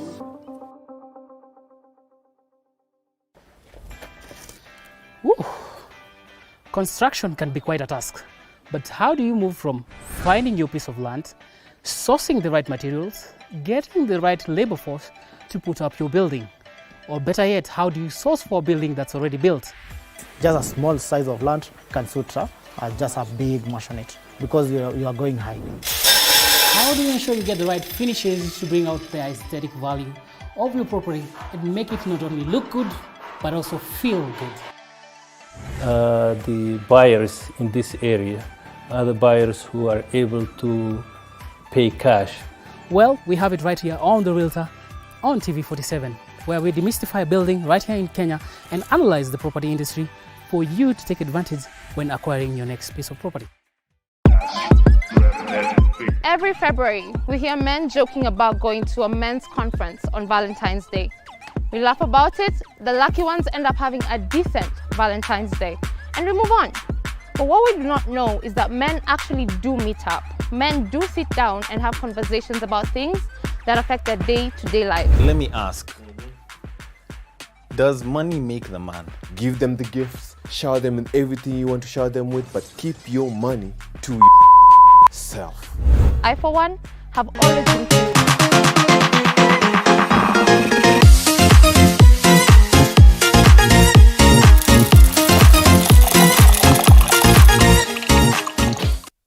Still me in studio, Honorable Bunyasi Sako, Member of Parliament of Nambale, Raphael Matu, economist and financial analyst, and joining us virtually, Dan Orogo, who's a public policy analyst and governance expert, as we expound some more on the cost of living and the fact that it is going high by the day. So we come to you, Dan, in reaction to what it is Honorable Bunyasi Sako speaks of, probably just weighing the heart of Wanjiku, or wearing the heart of Wanjiku. I mean, it breaks our hearts to know that at the level of Parliament, maybe something could have been done, where we know very well that upon that reading of the budget, I mean, we all based our hopes on Parliament. We said that maybe they would argue otherwise, maybe they would counter this, and maybe we would get something that would be in favor of Wanjiku. But it appears that it was almost hard for them to achieve a balance. But again, from what I pick from The Economist, he says that some of these things that actually have been taxed higher are the very same that would be the best to tax, and therefore maybe, just maybe, Parliament was left with no choice.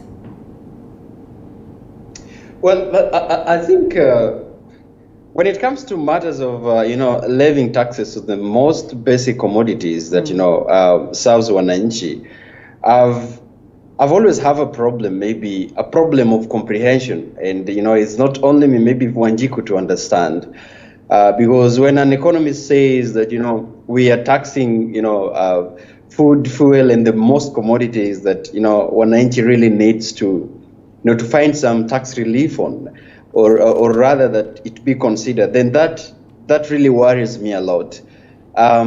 First of all, I think it's important to lay the caveat and look really deeply into what is the country indebted to as we speak. Mm-hmm. What are we indebted to as a country? And it runs into trillions and trillions of shillings.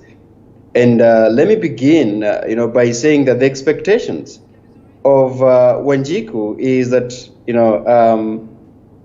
the budget, the National Assembly cautions wananchi from debt relief, heavy taxes, that after COVID-19, we have seen business closing. We have seen young people losing jobs. Mm-hmm. We have seen, a number of initiatives that are shut down because, they cannot really manage to have a number of employment, and it's youth and it's people, the common wananchi that suffer.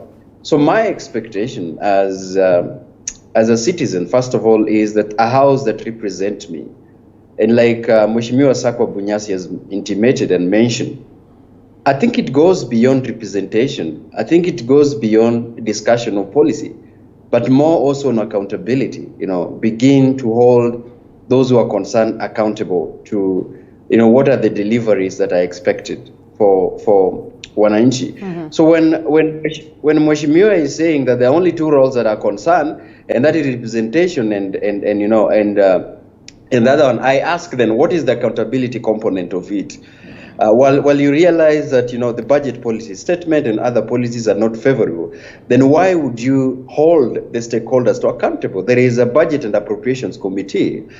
Why would, if any member of parliament is not there, is not part of it, why then would Sako Bunyasi storm that meeting and ask, why then would you make appropriations that are not really palatable to wananchi, Linda? Mm. So I think to me, this is very, very critical that, as much as complex it may look, and as much as inevitable, some of the commodities, but I think the members of parliament that represent wananchi should actually be the ones to storm and really caution these kind of policies that are passed that really, make wananchi really to sink into the heaviness of the budget. But lastly, let me say that, Linda, even as we discuss qualifications of members of parliament, of the members of the National Assembly, I think besides one of the issues that there is a school of thought that thinks that if they're educated, then they can critically discuss the budget issues. they can critically debate and soberly objectively criticize what is presented probably in the National Assembly committees. I think even as we discussed that, then the quality of education should match the quality of semblance of representation, that you really understand. Our expectations is that members of parliament comes rooted from the grassroots and from us as a society and understands what the society is going through. And therefore, their quality of debate, quality of assessment should equally represent Wananchi, Honorable Bunyasi Sabwa, right to respond. Very controversial, that point of view. Okay. Let me start from the end of it, and I can work back and go back to some of the points you had raised. We need in Parliament to have Wanjiku herself present. The issue of education is useful. I agree that you need a certain minimum amount of education. But remember, the issues we are now discussing, resistance to overtaxation, is not related to education. The people feel the pressure, can push back enough for the policymakers to understand where they are overstepping. So it's not the issue of education in Parliament would not really solve it as it is. I think the issues that Kenya has to worry about, which are not part of this discussion, going forward and in the longer term, is where there is elite capture in the country, meaning are the people who are able, who are already quite well placed, doing things in a way that gives them a comfort zone without thinking about the implications for others. Those are questions that are not usually canvassed. But let me just move on a little bit to say that I think it is important for tax pushback, like it happened in this country after the COVID onset. The Parliament reduced the taxation at the initiation of the executive, agreed to reduce the VAT from 16 to 14 to give some relief. But when it was going to go back, because it was only for a time period, I think it was for a year or so, when it was going to go back to 16, there's tremendous resistance from the Wanjikus and Wanjiku's other representatives out there in civil society. I think to a point where for the first time, I would say first time, because I don't remember the history of independent Kenya, there was any other time, I think government began to say, hey, we have limits beyond which we can't push taxes. People are now conscious. Now, and also let's not, in the case I said, so that would be an overstatement, it's not only on the goods that Wanjiku consumes that taxes are levied, but we are saying taxes get levied on those goods because of the ease of collection that my colleague here was also mentioning. But taxes are also levied on the corporate sector as well. And remember, we were at about 30% corporate taxes, as well as personal taxes that exceed about 45,000, I think it's 44,000 something.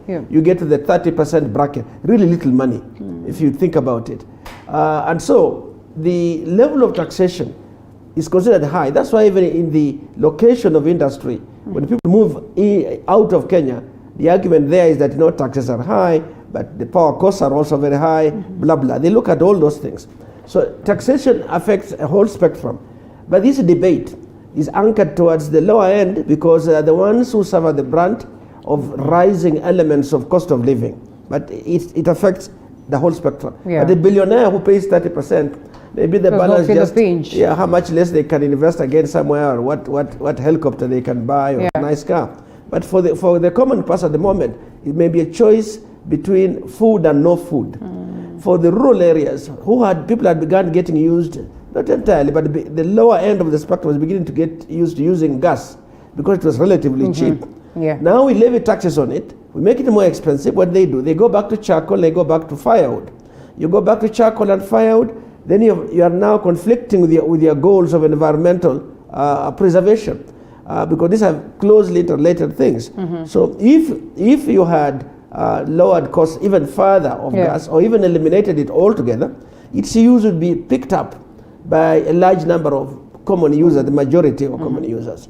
I visited a neighboring country many years ago to do some work when I was still a working person, and it was something about firewood. It was a city, one of the biggest cities just neighboring Kenya. It was about firewood. I said, where are we going to discuss firewood? It was Addis actually, in the capital where our AAU is headquartered and so on. When I got there, I found that they had afforestation programs around the capital. Not so much, of course, it had the advantage of environmental preservation and improvement, but it was also a source of firewood. And in the city, the dung, Cow dung, not powder, they sort of dry dung. Yes. Was one of the major sources of biogas. Yes, no, not biogas. Not biogas. Directly of cooking, like you do with charcoal. Right, they use it. Okay. And you can imagine the health implications of that. These are serious issues. Okay.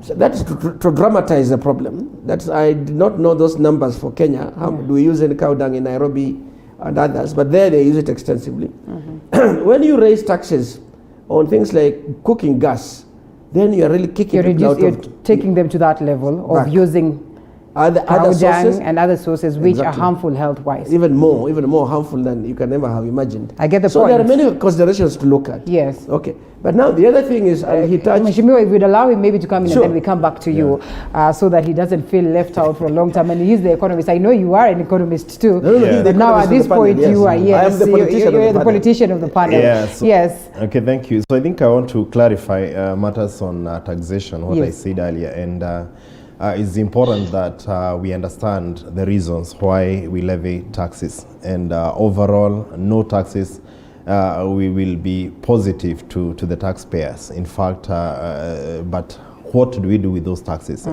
And from an economic perspective, we look at the negative implications, which Mheshimiwa is trying to outline, and the other speaker, and the positives. And what is crucial is the net effect, the net effect of the tax.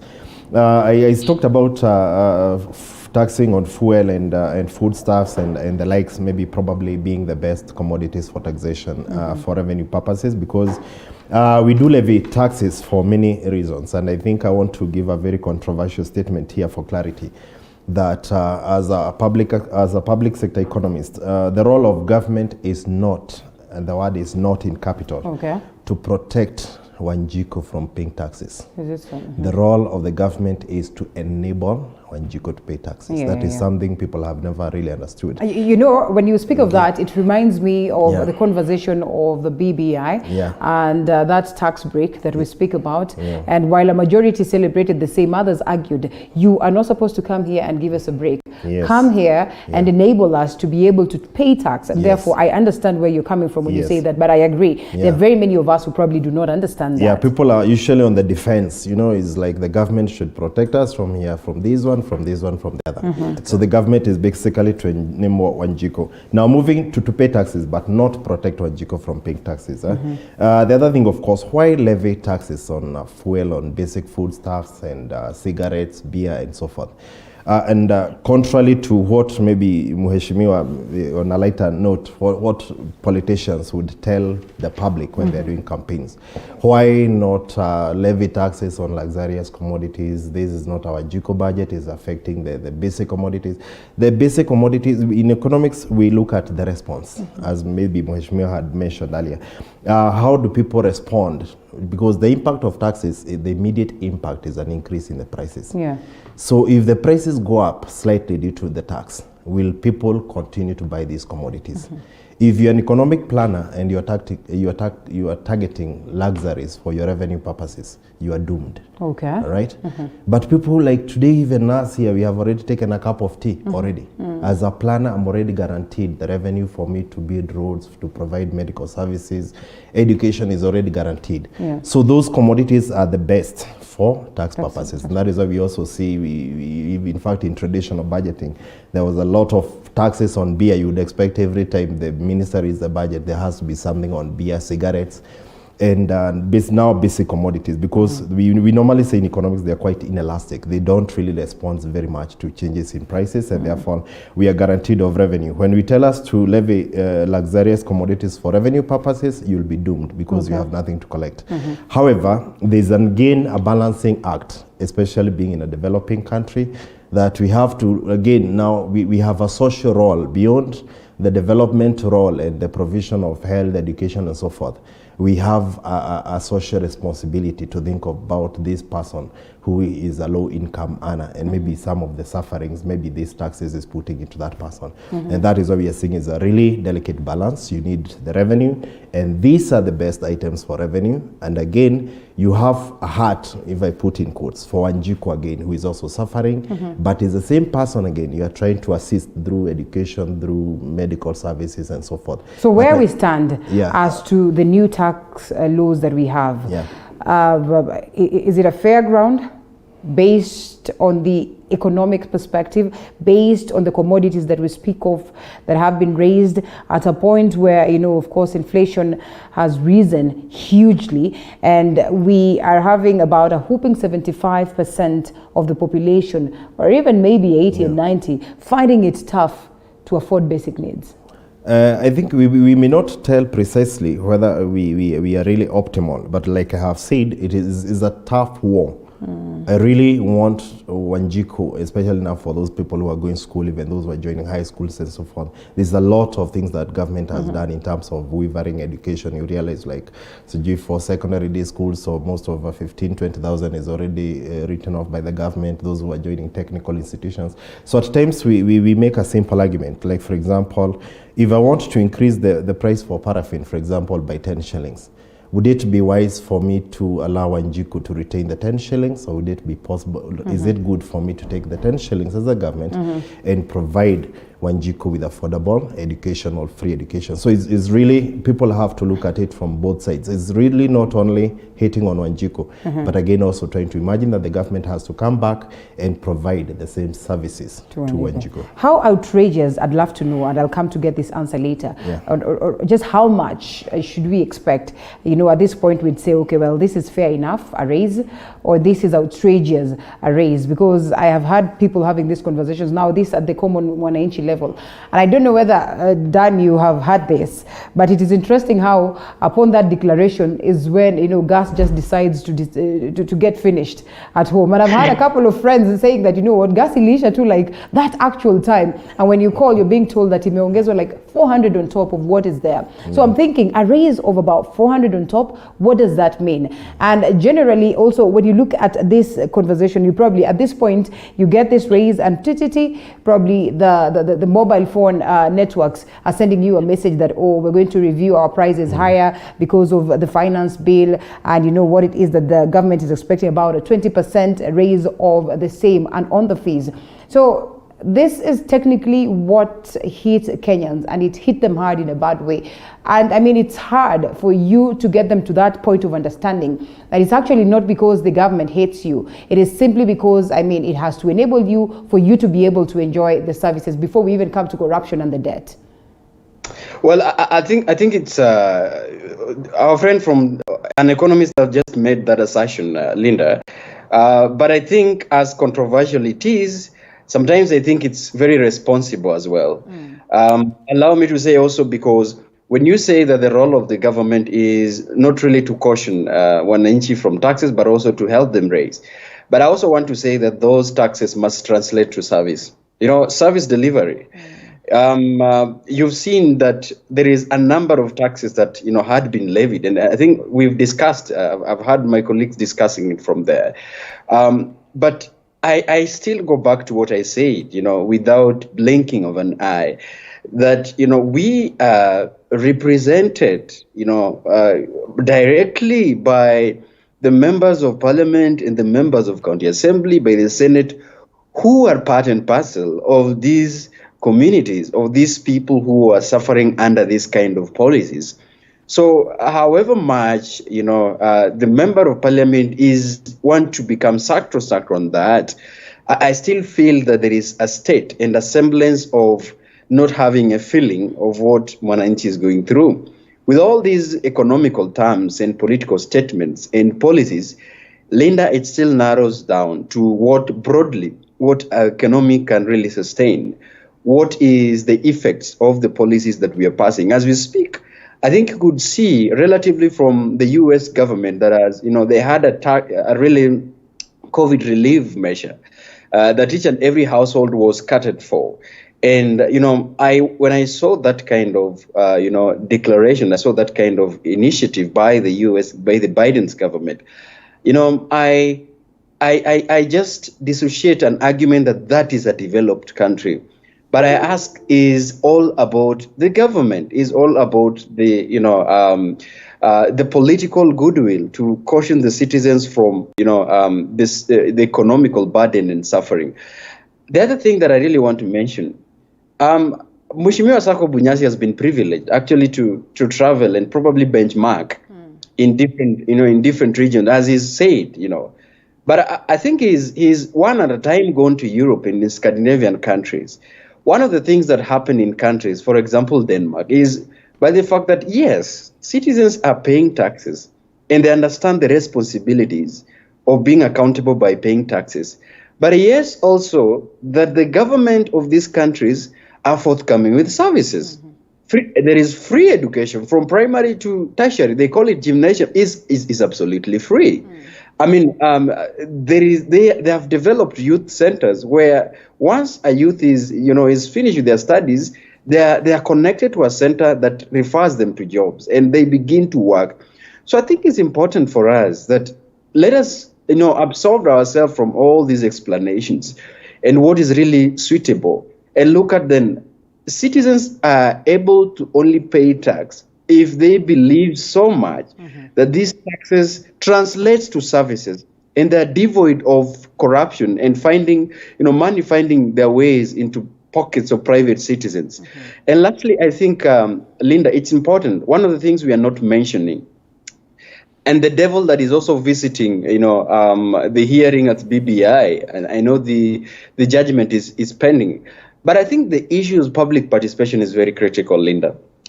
And you've seen it has been with us, and it continues even to devil the most critical, discussions in this country.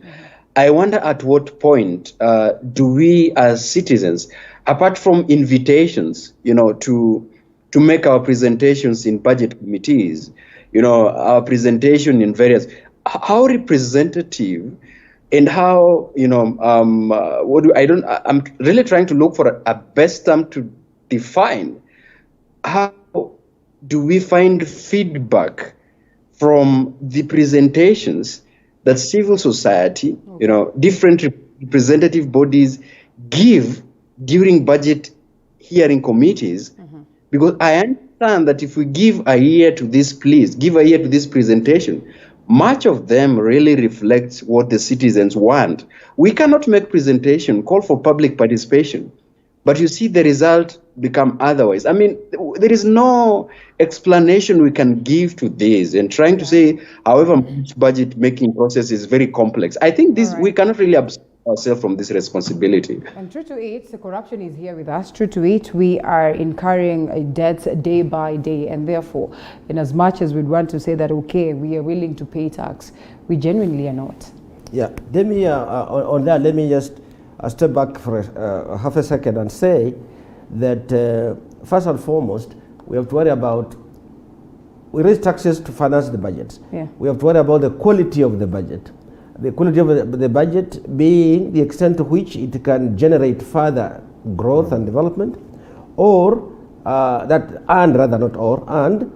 its span of the areas it covers, so that if it can cover areas that would make Wanjiku's life easier the next season, like for example, if they support improved productivity, say agricultural productivity or access to business skills and so on. It is a cost now, a benefit shortly afterwards, then the burden is eased.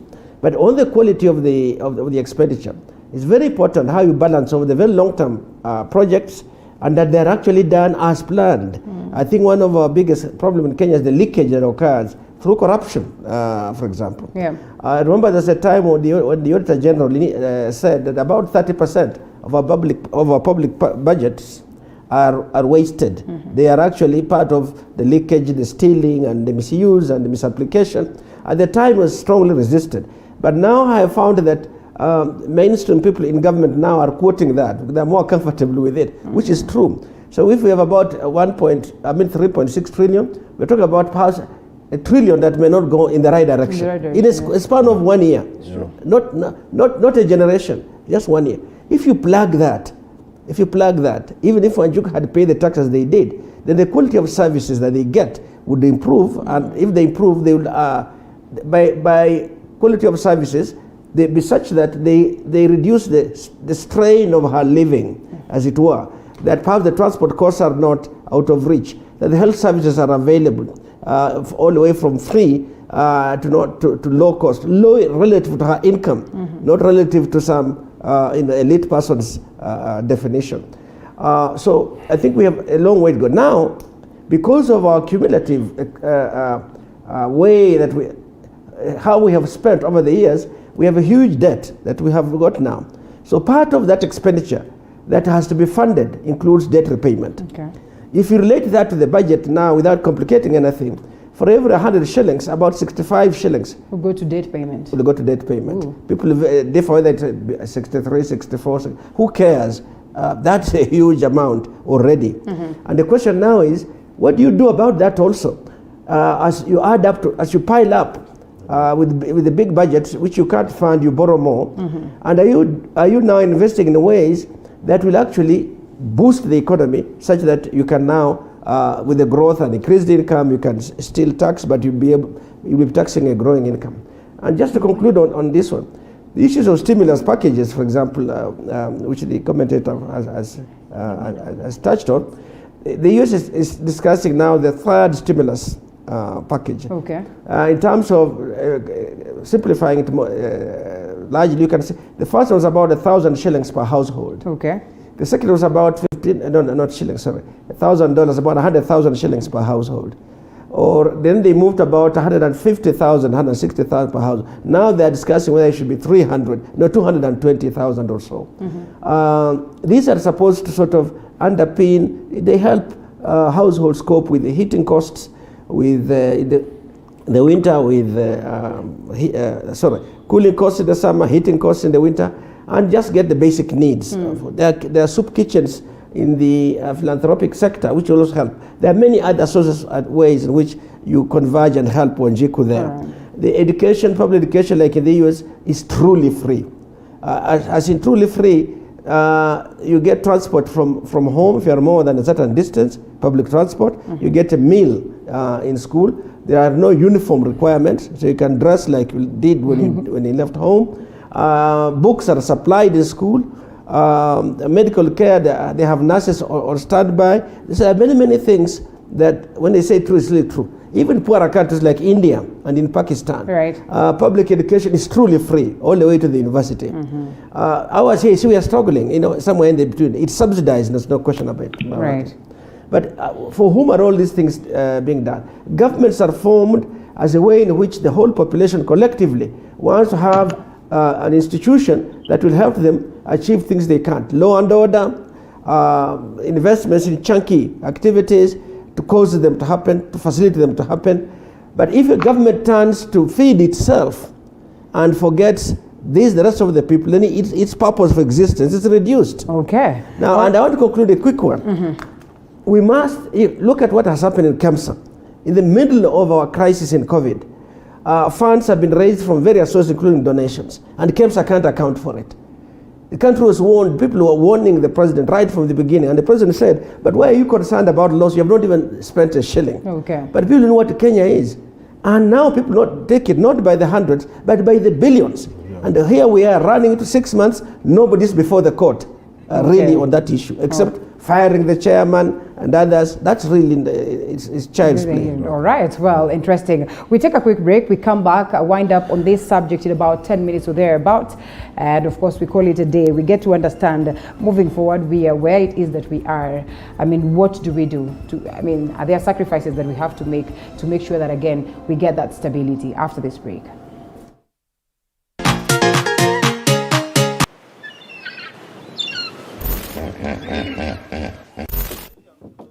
Why crocodile inaweza tokea juu. Hiyo sijakula hata unataka nikufe kabla ni. I don't like it.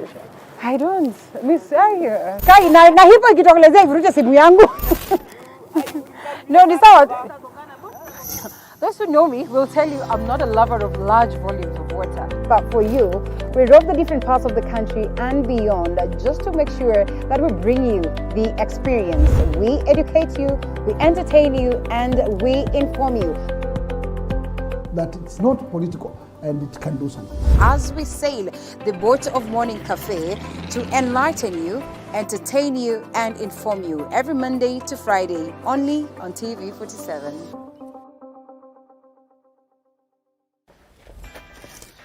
Woo. Construction can be quite a task, but how do you move from finding your piece of land, sourcing the right materials, getting the right labor force to put up your building? Or better yet, how do you source for a building that's already built? Just a small size of land can suit just a big maisonette because you are going high. How do you ensure you get the right finishes to bring out the aesthetic value of your property and make it not only look good, but also feel good?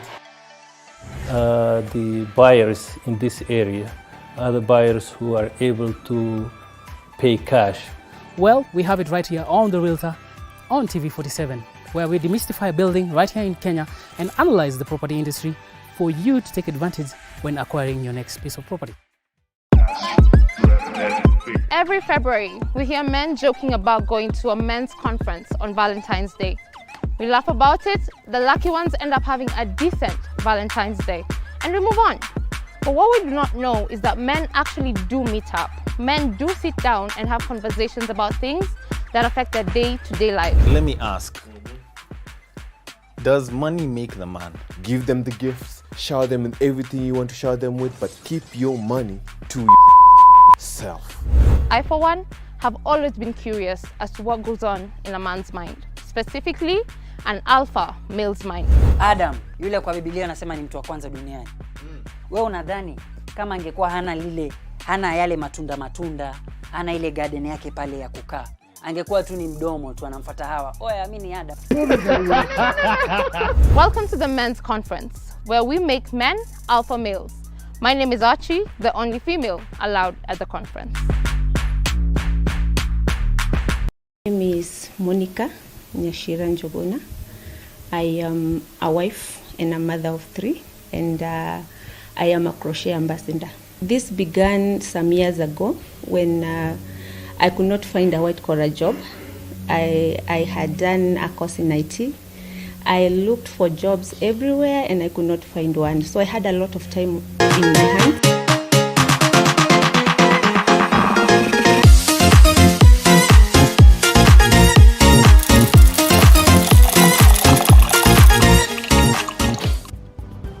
We speak of a trickle-down effect economy, we speak of a bottoms-up approach, we speak of just how best we can transform the economy, and you realize that a majority of leaders will always pick that as a selling point, at that point when they're coming to sell their manifesto, their agenda, and they're asking for the votes. But once they get there, I mean, it's all right, they will collect what it is that they want to collect from us, but then we barely get value for the same, and that's the biggest problem the majority of Kenyans are having. Yes, empower us to pay taxes.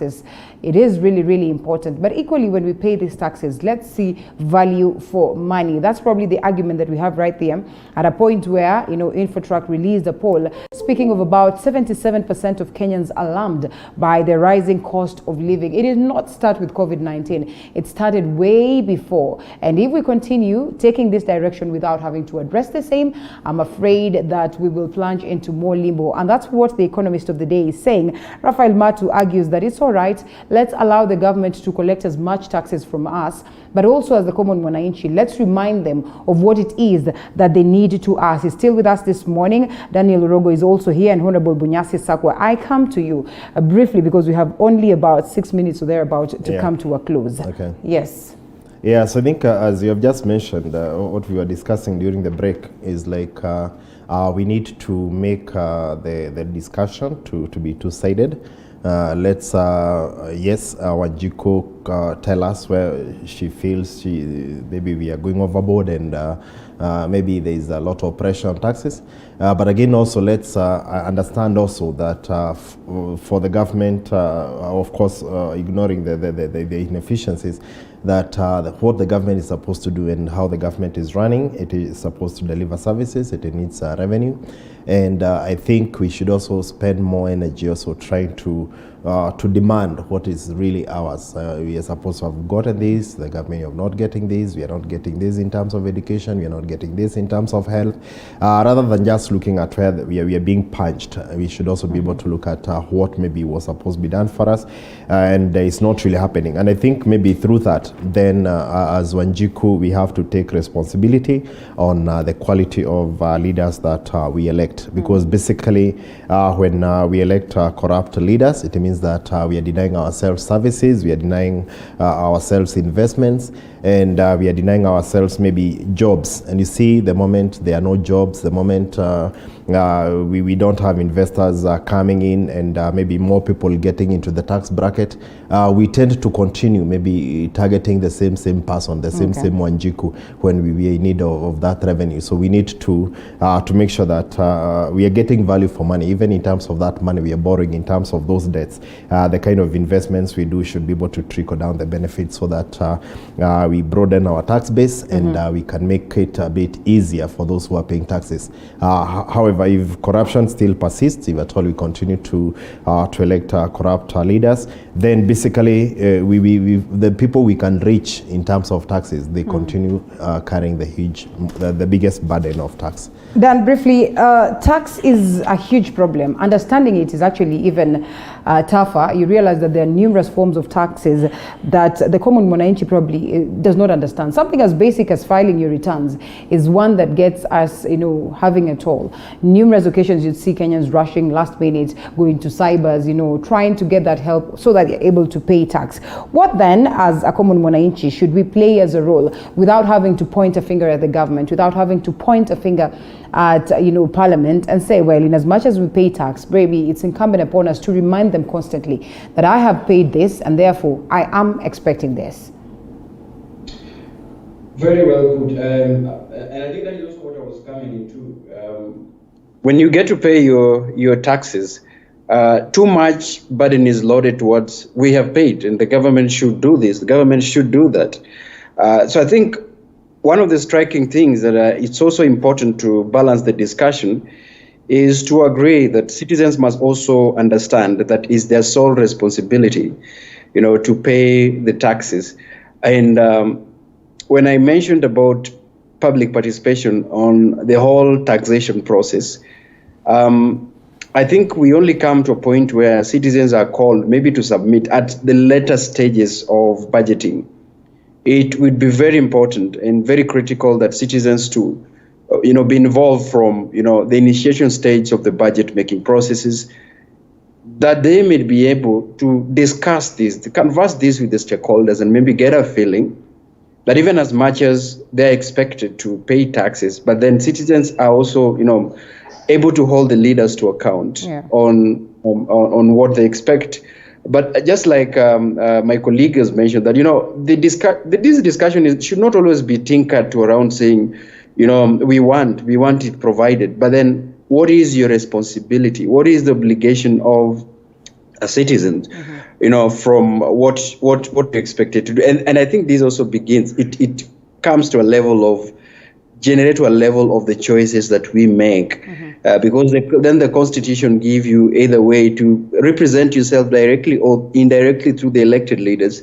So either way, in either process, you make the choices that are so, are critical to that extent. All right. The responsibility part of it, which should be emphasized, Linda. Lastly, and I think in 1 second, I saw very funny issues, through the social media that, as we speak, I think 1 million of have already been blacklisted, that they cannot really pay back, the money that they got from the mobile, services. You know what I mean?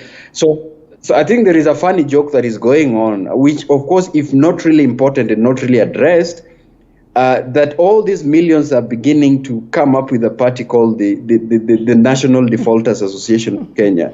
Wow. And this, as much as it's a joke, but then I see it to the other end where, if not really addressed, then it's going to cause a little bit of instability.